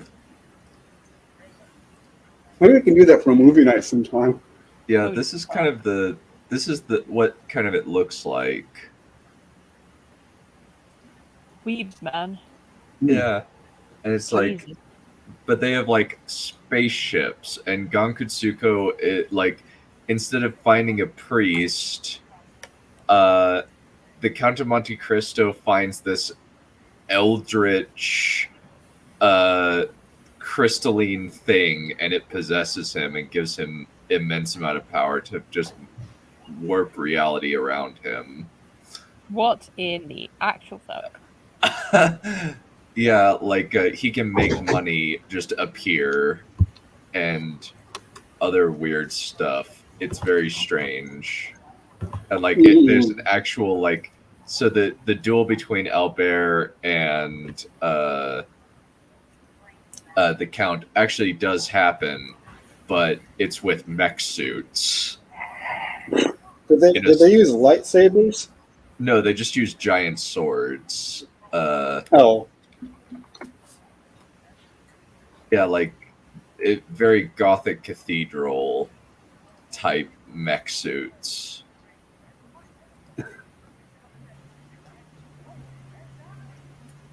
It's You know that Japan comes from a Chinese word meaning weird, right? yeah. The word Yeah. Japan is actually from Chinese characters meaning out there. Yes. Yeah. Though it seems as though I just will always love Becca's reaction to the instead of a priest he meets an eldritch abomination. That gives him powers. Like gives him magic powers. Yes. Japan is another planet. Yes. Okay. Yeah. Well, now we get into everybody's favorite. Yay! Brandon Sanderson's actually like across his Cosmere stuff. It's kind of like he uses very much a Jordan type style, but if you read like the Alcatraz books, they're more like Pratchett in some ways, where they're kind of just weird and out there. Like there's this family called the Smedry family, and their powers are weird. Like the main character Alcatraz, his power is he breaks stuff, or he makes things not work. And his grandpa's power is I'm always late, even to my own death. Or what series are we talking about? Alcatraz and the Evil Librarians. But we're kind of like, but Alcatraz and the Evil Librarians is very like weird stuff. Like the evil librarians are controlling the world, and they're concealing the fact that like, oh, dinosaurs actually are still around. They just kind of keep the evil librarians keep the fact that there are dinosaurs hidden from the general public. There's more insane than I thought that series was. Yeah, and the special glasses give you powers. Like there's one that allows you to basically laser eye something. Gives you Superman laser eyes, I think. Another one is read various things.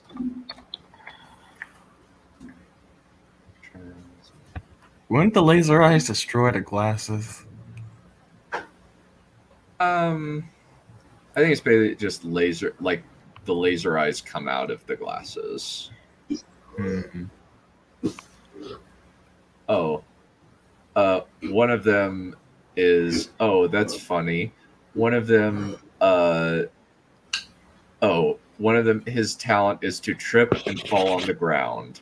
This helps when it is a sign of danger. Another one has the talent to speak gibberish or nonsensical phrases. This is very beneficial when he's captured by librarians, as they cannot understand him and cannot gain information from him even through torture. Yes, Mike, I have awoken. Now that we finally got that damn author I know in this listing. Yep, sorry about that. Yeah. So Brandon Sanderson, I'm not going to say much about him, but I will say a couple of brief things. One is that I think his excellence lies primarily in, pardon me, I'm eating, world building, more than in style per se. I mean, in terms of style, it's I do find the style a little jarringly contemporary at times.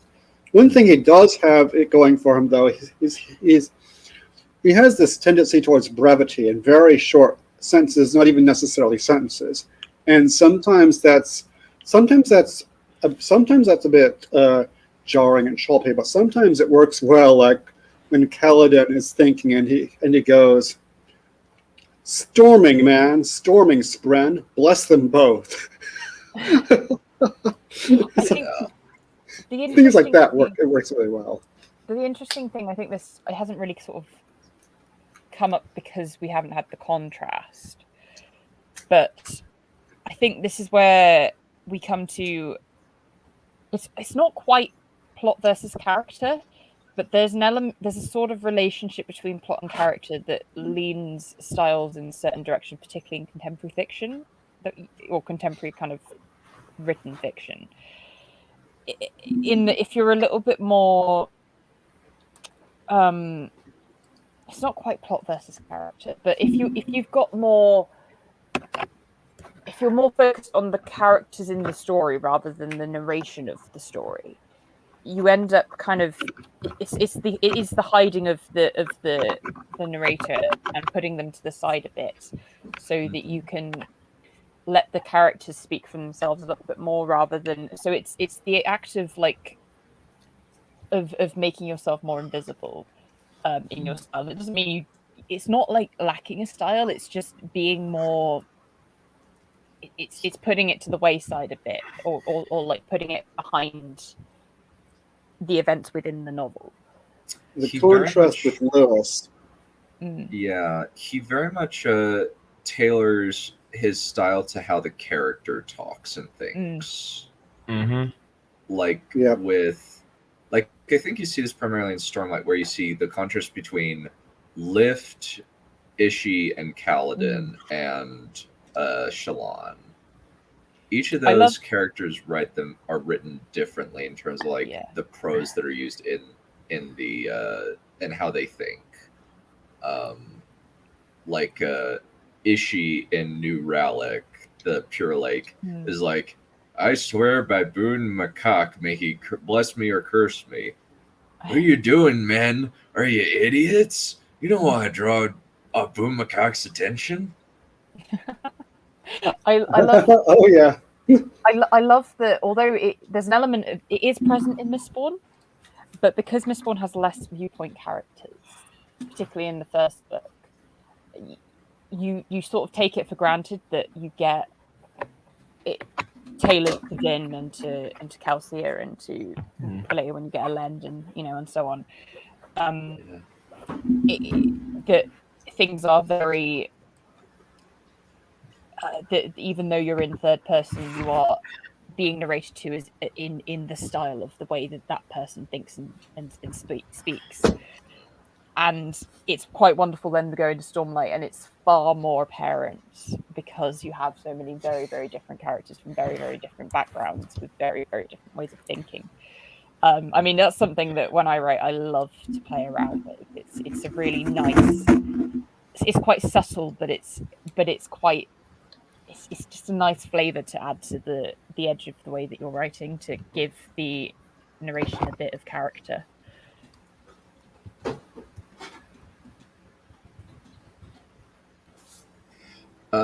No, unfortunately, I haven't read Frank Herbert. I'm very sorry. I've listened to half of the audiobook for the first one. Yeah, I read the first. I've read a lot. I like to think of myself as fairly well read, but I just haven't read Dune. I've mostly read. Well, he's reading Wheel of Time right now. There's so many things that you should have read, but, for anyone to have on a list of things that they should have read. That it's just like, you've missed one out somewhere. Like, I haven't read Lord of the Rings. Like, Yeah. You know what? That reminds me of an idea I had. That maybe sometime we could do a live stream that's like a crash course of Western literature.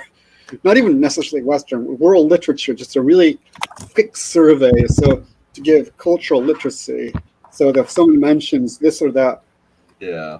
famous work, like if someone says Gilgamesh, you'll know what they're talking about. Yeah. Yeah, I do quite enjoy. Yeah, the Epic of Gilgamesh is a really interesting story. I mostly know that from. I think I can't remember the title, but my mom had bought these books on tape that were kind of like history of the world summarized or something. It kind of went into the various history, and I quite enjoyed that. But I think like that's kind of the everything to kind of say about Sanderson. The next one on the list is Oh, we're done with him already? well, unless you had anything to add. Um, Oh, I don't particularly, but maybe the aspiring chap does. yeah, What? you have anything to add about Sanderson's style? His characters are very rarely in the. I've read a lot of his WOBs, a lot of the questions people ask him, and a common one for characters is, are we going to get more morally ambiguous characters? And he always references Kelsier as the one that kind of is in the gray. And he admits that he doesn't tend to write gray characters in that regard. Kelsier Yeah. being one of his exceptions. He likes to. His world's a bit like in the superhero genre, where it's a bit optimistic. We see these prime pillars of humanity and virtue to some extent. Kaladin, the self-sacrificing man of the universe. Dalinar, who's trying to unite the world, and a kind of redeemed sinner of sorts. Vin, Yeah. who an urchin girl who decides to care about people. Yeah, not to spoil things on Julie, but some of these characters do have dark pasts. He doesn't necessarily not go dark. He just doesn't tend to go gray. He doesn't tend to. You'll never see him have one of his characters just going down this weird ass dark path for no reason. He likes to have light. I think he's interested in light and dark as concepts, but his inclination is towards writing optimism. But you can write optimism without the extreme dark, but I think his interest is creating optimism from the extremity. Yeah, that makes sense. Like that's just the way that he kind of perceives of story, and it's kind of almost Tolkien-esque, but he kind of he explores it more by the virtue of the fact that he's got more different things to, and different stories to play with, in the sense that Tolkien is about the extreme evil and the opposition to it and the positivity of that. In the same way, that's kind of the mindset Sanderson's using.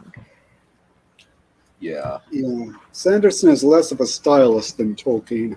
Yeah, but in terms of like the mindset of like the direction that he goes in, he's not. Yeah. It's not about the surface level style, but in terms of like the soul of the story, he has that strain, as opposed to like a Martin thing where it's about like. Yeah. It's more about exploring the darkness of humanity. It's a bit more of like, it's like tragedy versus fairy tale almost, but more complicated than that. Like, I think maybe more like the mentality of an epic. Yeah. It's are we looking to see the triumph of good over evil, or are we looking to explore the complications of the soul? And both of those can just explore darkness, but one of them can stay in darkness, and the other one is about moving out of it. Yeah, like Sanderson, like he will never have Kaladin do anything morally gray, like just from like how Kaladin is set up. Is Kaladin? Oh, go for it. Sorry. I was going to say, or if he does, it's for the purpose of redeeming him, if that makes sense. It's for the purpose of pushing him down in order for him to stand back up again. He actually tries to bring moral grayness into what Kaladin does, despite the fact we wouldn't have such a problem. Like him killing Pershendi, it's a moral struggle for him because, like, why are these people fine to kill but others aren't? I think So he brings a slight moral grain to that.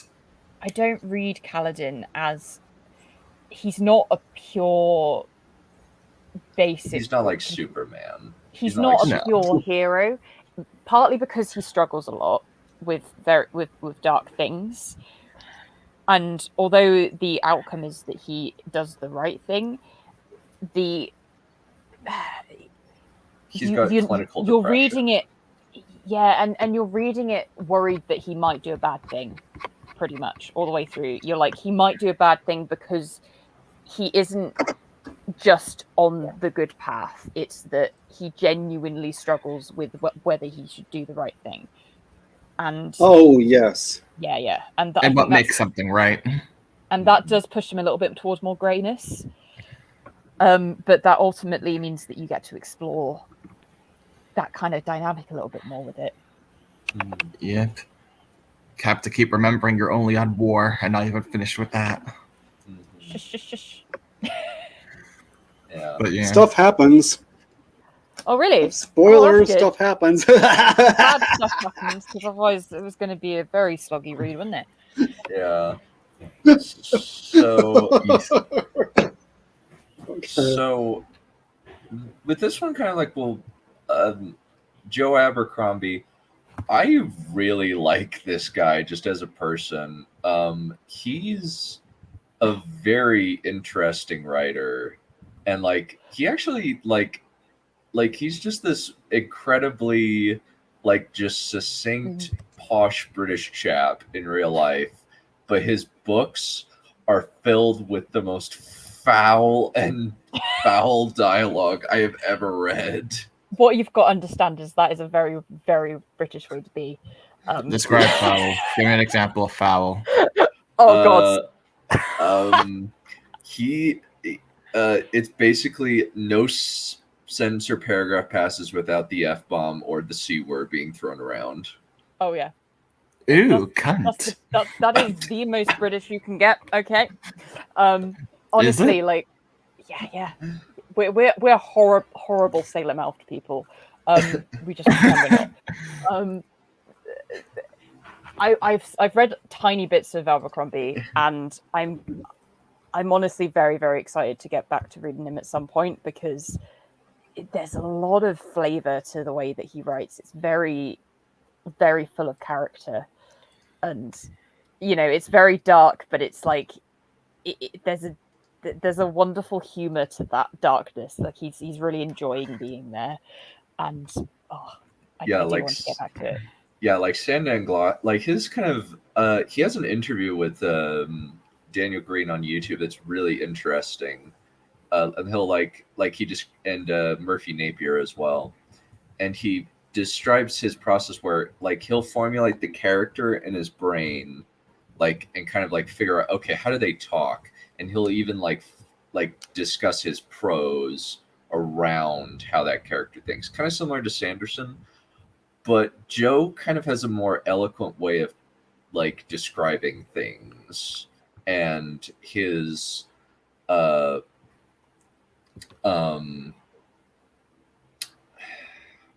like how he writes somebody in The Heroes. I think there's actually a good contrast between how like The Heroes happen, where there's this guy he has this horrible squeaky voice, and he hates his voice, so he doesn't speak very often. But he has this very eloquent internal monologue where he hates everybody around him. And it's really funny, as opposed to a couple of characters in Best Served Cold, where there's this monosyllabic guy who is somewhat like he's kind of on the autistic spectrum, where he loves counting numbers, and if you insult his dice, he will kill you. Holy shit. How apologize to my effing dice is one of my favorite lines in any book ever. Oh wow. And then you compare that to this really posh, elegant poisoner guy who, like, his dialogue is very elevated, and kind of Joe went into detail about like how, like he said, like, I need to kind of formulate it. I needed to kind of be consistent with how that was written and how that worked. And kind of comparing that to Sandan Glokta, who's just this really funny cripple who somehow manages to, like, be, I don't know how, but like, who here has heard of like Elliot Brooks? No. So she's a booktuber, and to describe Sandan Glokta, he is a cripple, former swordsman who, like, he walks with a limp. He can't walk. Can't walk very well upstairs. Like, he says, "Stairs, my worst enemy," and chairs, my loyal, my greatest ally. And she said, "I would totally marry Sandan Glokta." Why does this remind me of Poe? I don't know, but she just said, I don't know, like, I would love to be his partner, or, you know, marry him. And it's just like, well done, Joe, for writing somebody who, like, women want to marry, despite the fact that he is, like, kind of this inquisitor chap who tortures people for a living. It's like, Okay, like, for the record, I've read that chapter. That's not the impression I got, but I will say that is the part of the book, of the little that I've read it, that I remember the most, because, like, the description of walking down those steps is the most characterful walking down of a staircase that has ever been written. It's just, you just get who he is just from the way that he walks down the stairs and hates walking down the stairs, and just it's quite wonderful, really. yeah. And also, like, you get a good, like, barbarian character who's actually, like, straightforward thinking, but he, like, has a very, like, realistic view of war and fighting, and mostly because he's a berserker chap who's not a good guy. Like, he's trying to be better, but he kind of admits, I'm a bad guy, I'm just trying to be better. It's kind of like if Dalinar was a champion for this tyrant king and never kind of had his epiphany with his wife with certain things.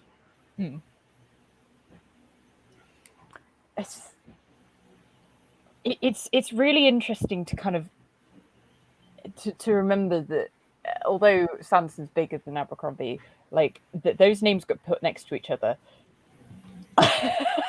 And in some ways, in terms of, like, the vividness of their characters, there's an element of similarity. They are in the same realm of stuff, but their worlds and the way of seeing characters is very different, but fascinating. Yeah, I think there's actually kind of I kind of want to watch that little bit of Elliot Brooks video, because I find it immensely entertaining. I need to show it. Next up, I feel like you can't talk about morally gray characters without talking about Glokta from the First Law trilogy by Joe Abercrombie. Truthfully, you could talk about basically any of the characters in the series. That's part of why I think it has solidified itself as one of the grimdark greats. Glokta is a character who is somebody who interrogates people for the law, to try and put criminals behind bars, if you will, or to get them to confess certain things. But what makes it so terrible is those interrogations often involve torture, and also he often knows the people he's doing this to are innocent. Overall, for what he does, I didn't think it was over the top, and he's also such an extremely entertaining, fascinating character that you kind of love / want to marry. I just want to be his partner in crime. You know what I mean? The next one would be Okay. Okay. So I mean, maybe as the story goes along, it gets altered. But I just remember reading it and going, "Holy fuck, this is dark. Holy fuck, Like, this is grimy. Holy I've- fuck, I feel dirty, and I want to go and read something less." Wholesome. So Okay, yes, let's find some wholesome things. I need to say, I professed my crush of the Lord Ruler who fucking did genocides and all that shit in the Mistborn series. I professed that, so it's like I can kind of see where she's going, but at the same time, maybe don't preface it with he interrogates people he knows are innocent with torture. I don't know if I don't think that he's crazy. He's actually very sane. He's one of the most sane people in the books, in the first law, which says a lot about it. Yeah. Also, He is definitely more sane than Logan Ninefingers. Logan Ninefingers is clearly certifiably insane because he goes into almost a split personality problem. Wow. Well, does this the character look like interesting- he can have a functional marriage? Can I ask this? Because I'm aware the Lord Ruler and I will never have a functional marriage. I'm saying I'll join his harem, but she wants to marry. I'm like, are you sure that's going to be functional? Sand Glokta, actually, yes. He does have a functional marriage by the end of the books. Oh. Wow. Fair enough. I won't give details. Which is his least disgusting? The blade itself, definitely. Starts out and just goes downhill. Well, there's sex between an unwitting brother and sister in the first book of the Age of Madness, A Little Hatred. We now see your inspiration. Oh god. Yeah, I can see why you like Abercrombie. Well, kind of. There's actually a really amusing bit in Before They're Hanged. They have this Lord of the Rings style quest where they're trying to find this object, and these two of the party start engaging in sexual intercourse. However, they do it under their sheets in the camp. Well. And one of the others and they don't have tents. So one of the other characters wakes up, and he's a kind of a teenager as opposed to like mid-30s, early 40s, like the other two. And he just realizes that they're rutting under the blankets, and he's just, oh my gosh, what is going on? And it's just absolutely disgusted and horrified, and he's just like trying to sleep as he's hearing them go at it, like 5 feet away from him. Wonderful. It's just I just lost it. I just thought that was so funny. I was actually at work at the time, and I was just like, oh my gosh, this is hilarious. But there's Can I just say though, as a side note, the covers of the at the top there, the top 3, those are the copies that I have, and oh god, I don't know if you've ever seen like a physical version of those, but it's just like proper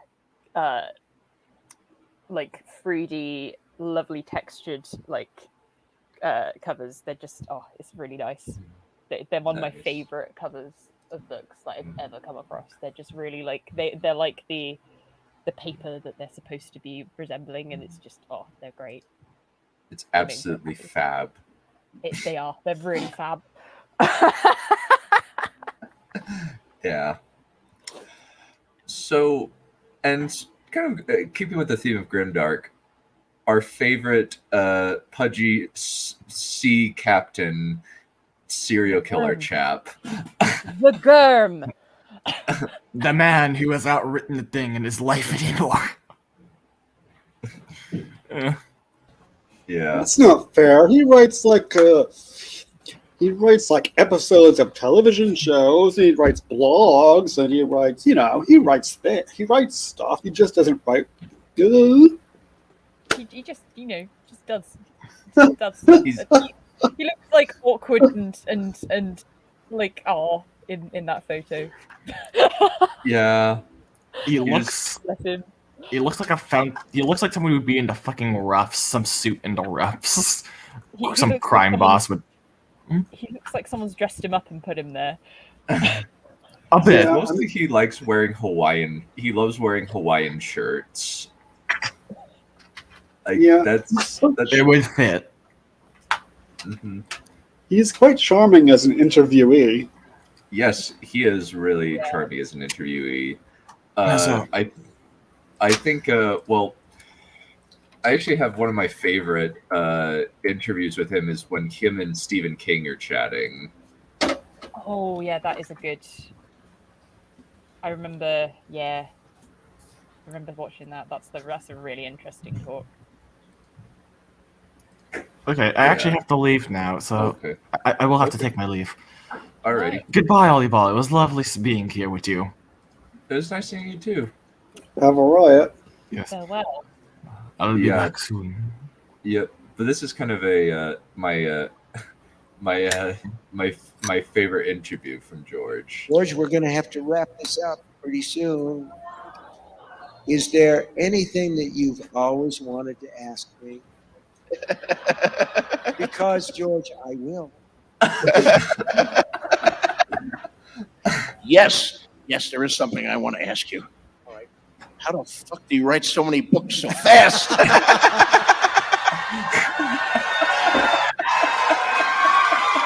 I think, I've had a really good 6 months. I've written 3 chapters, and you've Yeah, finished but- 3 books in that time. Here's the thing, okay? Yeah, There are books and there are books. The way that yeah, Oh, I watched that years ago. Brought a smile to Yeah. my face. yeah. He's a very amusing guy. But he's very charming, eloquent in how he just talks about his writing style and like how he writes women and how he writes various characters. And like just somehow he's able to get into like the mind of a preteen girl in a Yeah. really convincing fashion. Yeah, I've always been impressed by that. Like, probably is the person in this call who has the most experience of what it's like to be in the head of a girl of that age. Yeah, it's quite scary, really. I remember reading Sansa's chapters and going, well, holy fuck. I'm having a little bit too close to home flashbacks of what it feels like to be in the head of a girl like that, because the kind of selfish bratty thing. Yeah, well done, Gurm. Well done. How the fuck do you know what that's like? He had Yeah. a lot of sisters. Oh, Okay, I like that that a lot. explains it. That's how I knew it was like because that's how I knew it sounded like an actual girl of that age, because it reminded me of my little sister at that age, except that my little sister wasn't as well behaved. But it reminded me of my little sister was almost like a cross between Arya and Sansa. Oh wow. So okay, 2 little sisters. So he had 2 little sisters. So that might explain things. I mean, the thing about having the two, as opposed to just having one, is that you can essentially go, well, this one was like this, but this one was like this, but this is what they had in common. So you can kind of start to understand what's kind of a commonality of, generally speaking, what people are like, and then you can also know the things that are more changeable, generally speaking. Obviously, it's not complete because you've only got 2 humans to compare, but it's often quite because I've got 3 brothers. So Yeah, I have style. and I have 4 little sisters, so I'm in a similar boat. siblings are really useful for Yeah.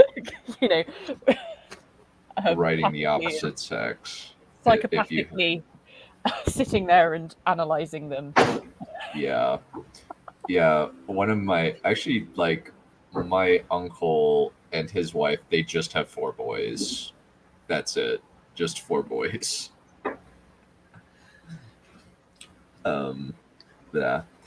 But with Martin, like in terms of his writing, like he's interesting in that his history kind of in the same way that Tolkien, the Beren and Luthien kind of repeat is kind of paralleled with Aragorn and Arwen and a few others. Martin parallels a lot of stuff in his history and in the history of A Song of Ice and Fire and in the mainline series. And interestingly enough, he writes the history, or at least has had the history written as like an in-world history book, and uses very different prose style. Like with when he's writing Victorian Greyjoy, it's very blunt and straightforward prose, as opposed to Tyrion, who thinks a lot of analogy and like uses more eloquent, witty wordplay.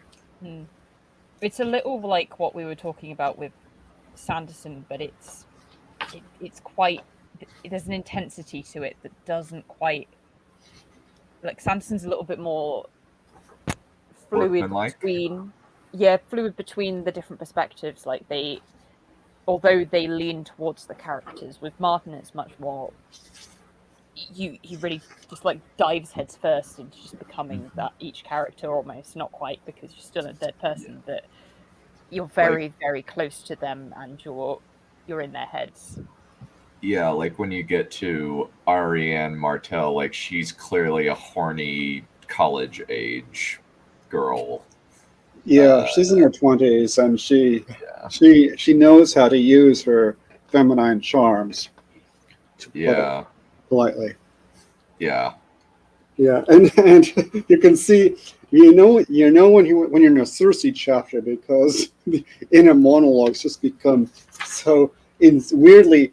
It's like weirdly disjointed, and she's always being caustic and sarcastic about somebody, but it's always like, but it's within unlike Tyrion, who's like intelligent, she's kind of not quite. she's kind of crazy. Like Cersei, thinks that she's the smartest thing on the planet, but in reality, she's really stupid and easily lied to. Am I the only person in the Seven Kingdoms with a particle of wit? Oh my god! I don't think it was particle. That wasn't the word, but that's the. Yeah. I'm quoting from memory. Yeah, and like she just like over and over, it's just clear like she's crazy, and like is clearly like out of touch with reality. Yeah, and she's different in a lot of ways than Catelyn, who Catelyn's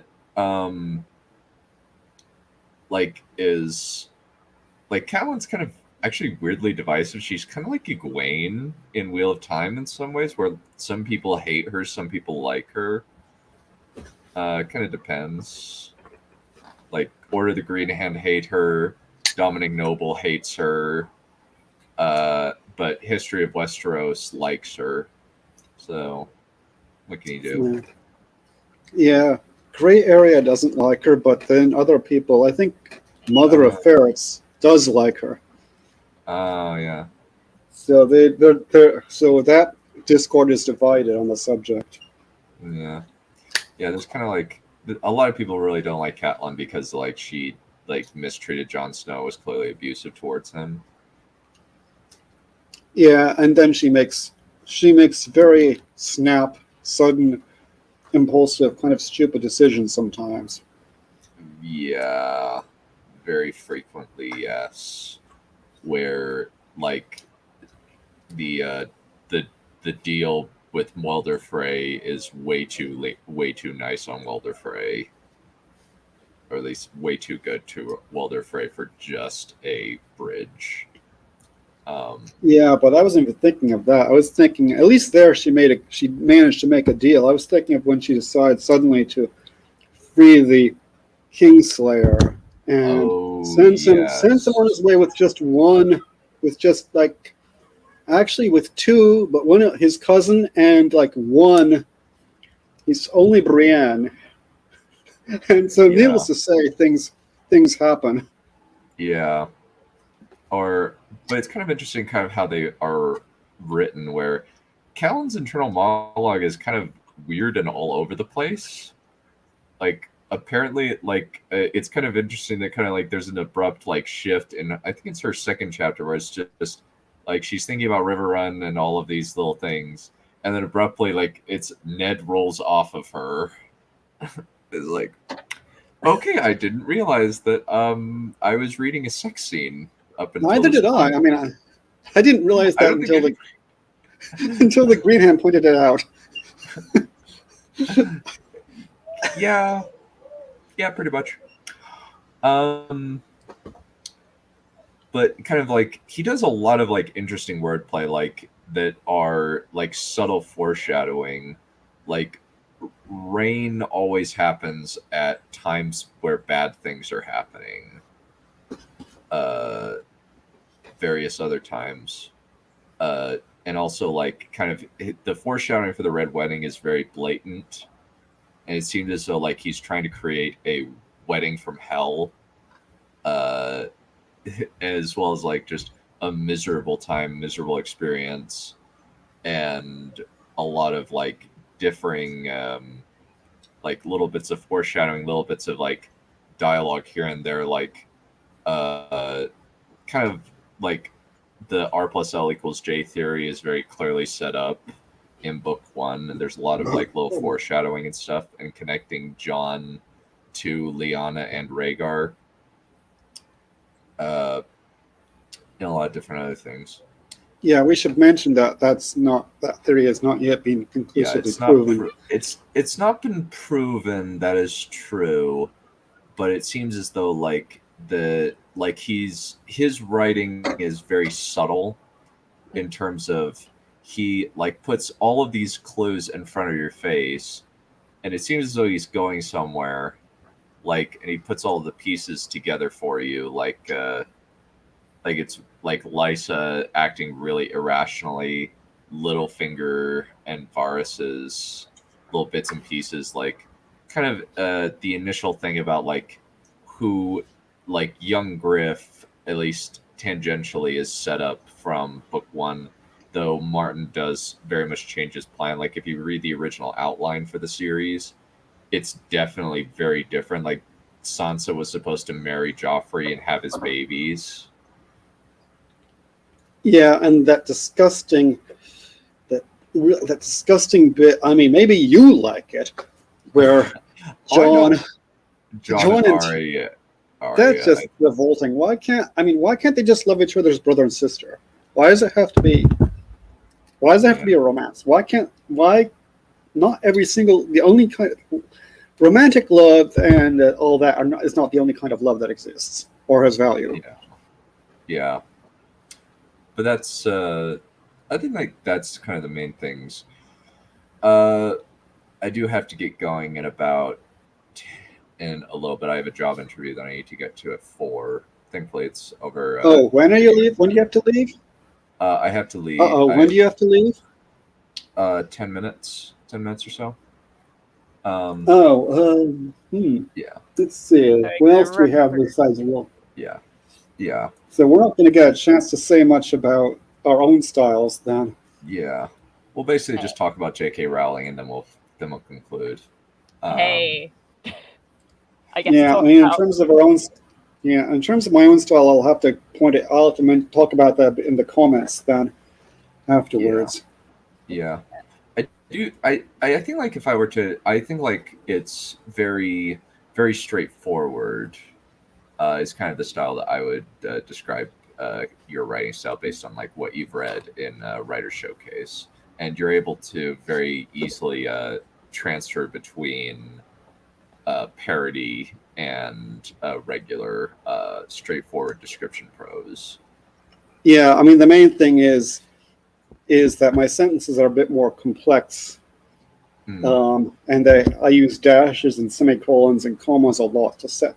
I use punctuation a lot to order my sentences. Apologize to my dice. Yeah, if you just want to read Best Served Cold as its own like standalone novel, you can just do that. There's little references to the First Law trilogy in it, but it's really interesting. It's basically a heist assassination book. It's really fun. But yeah.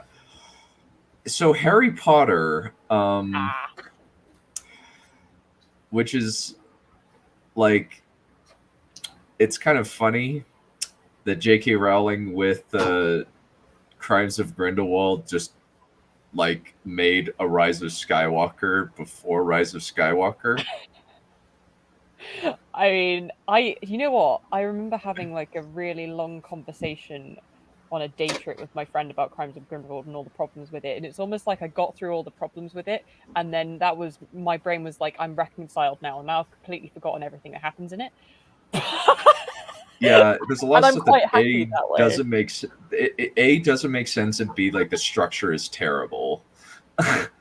Well, I didn't read that because I didn't read anything after the Deathly Hallows. I was a little bit disappointed in the Deathly Hallows. Well, kind of the thing is, like, it's not a book. It's the Fantastic Beasts movie. Crimes of Grindelwald is terrible. Yeah, and it's written by Rowling. Like, she wrote this screenplay, and it's just, lady, don't ever write a screenplay again. This was a mess. I can't remember anything that happens with it, honest to God. And you know what? I'm quite happy because honestly, like, the first Fantastic Beasts film is kind of, I like it. It's a solid film, and we can just stick with that. You know what? And yeah, we've got that film, and we've got the Potter stuff. And we can pretend the Cursed Child never existed and burn it in a fucking furnace somewhere because Jesus Christ, what was that? Yeah. So, but kind of in describing, like, she mostly just does like third person. It's like, I think like Harry Potter could easily be written in first person, and very little would change because it's mostly just from Harry Potter's perspective, aside from the first chapter of every book. I think yes. What I will say is that it benefits, I think, from being third person though, by the fact that, and her big thing is whimsy, and we're back to the whimsy thing, but it's again a different way to obviously the way that Gaiman does it, but we're back to it is that kind of that realm, and by being third person you can make it someone else telling the story of Harry, even though it is very much in his head and it's a lot more simplistic than straightforward and to the point than dancing around it in the way that like Gaiman does and stuff, which would be going between perspectives and stuff and talking as if a little bit more as if he's narrated than hiding his narrative voice. But she still has that edge to it, and I think the third person helps with that, particularly because you have enough of a wide world that although it's being told through Harry, she can step away a little bit and talk about the world a little bit more by being in third person, stuff like that, because so it gives a bit more space for that. Yeah, it's kind of in a conversational style a little bit. I mean, in that sense, it reminds you a tiny bit of Lewis and Tolkien. But firstly, unlike Lewis, she doesn't insert herself. She never says "I this" or "I that" or "I the other thing." And then she's a teeny tiny bit sloppier as a stylist. I mean, she's very vivid, but she gets a bit of adverb disease sometimes, where everything is fervently. There's one with several ferventlies on, like, they're like 2 pages with 3 or 4 ferventlies on them. I will say the thing with Rowling, and this is something that I love about her is that she loves words. She loves the sound and the feel of words, and it's why like the names of her characters are so vivid and wonderful, because she loves the actual specific words that she uses they feel nice to her, and although that might mean that she kind of goes a bit sloppy in the way, Adverb disease. adverb disease and stuff, but it's almost so her that it doesn't matter. Like it's just you read Harry Potter and you're just like, all the words are nice. I like the words. Yeah, I mean, if you compare it to some modern writers where they just don't care. It flows very well. Her characters are called Rowena Ravenclaw and Minerva McGonagall. It's just, it's wonderful. Albus Percival Wulfric Brian Dumbledore. I love the Brian. Did you say Brian? Like, I don't remember that part. Oh no, literally his. Yeah, let me. I love the way that Michael Gambon says it in the fifth film. He goes, Albus Percival Wulfric Brian Dumbledore. It's just fucking wonderful. Yeah. Yeah, like literally right here. What the blazes? Is he a half-breed? Oh, just the, yeah. Yeah. Does he have Muggle blood? Probably. It explains a lot. I'm actually trying to remember what his dad went to prison because he was a vigilante and attacked a group of Muggle boys who attacked his daughter. Yeah, I was trying to remember if there was like, I think they're supposed. I'm pretty sure he's nominally pureblood, but I'm not sure. Yeah, he's pureblood since his mom just kind of slaved her life away and eventually like accidentally got killed by her daughter. Well, I mean, I say nominally just because like the nature of the actual wizarding world is it's sort of not really a thing, but it is, but not really. She never goes into the high style, but it's almost always a pleasing style. It's more like a middle style. It's not. She doesn't go into the high style like Tolkien does, or not very conversational. Often.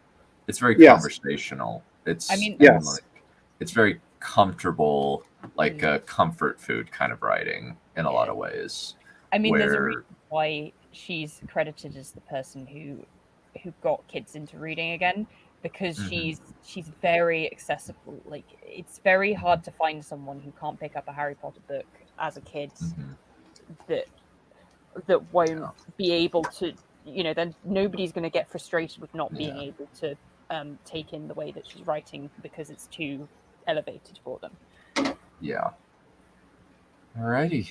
Well, I do unfortunately have to conclude it there, but I think this was a good conversation. This was very, very productive and worked very well. I must say thank you to my lovely guests and to the chat for coming. You guys are awesome. I love you guys. Thank you. Yeah. Yep. And we will conclude it Thank there. you. Thank you all for coming. And always remember these words of wisdom. Beginning, middle, end. Facts, details, condense,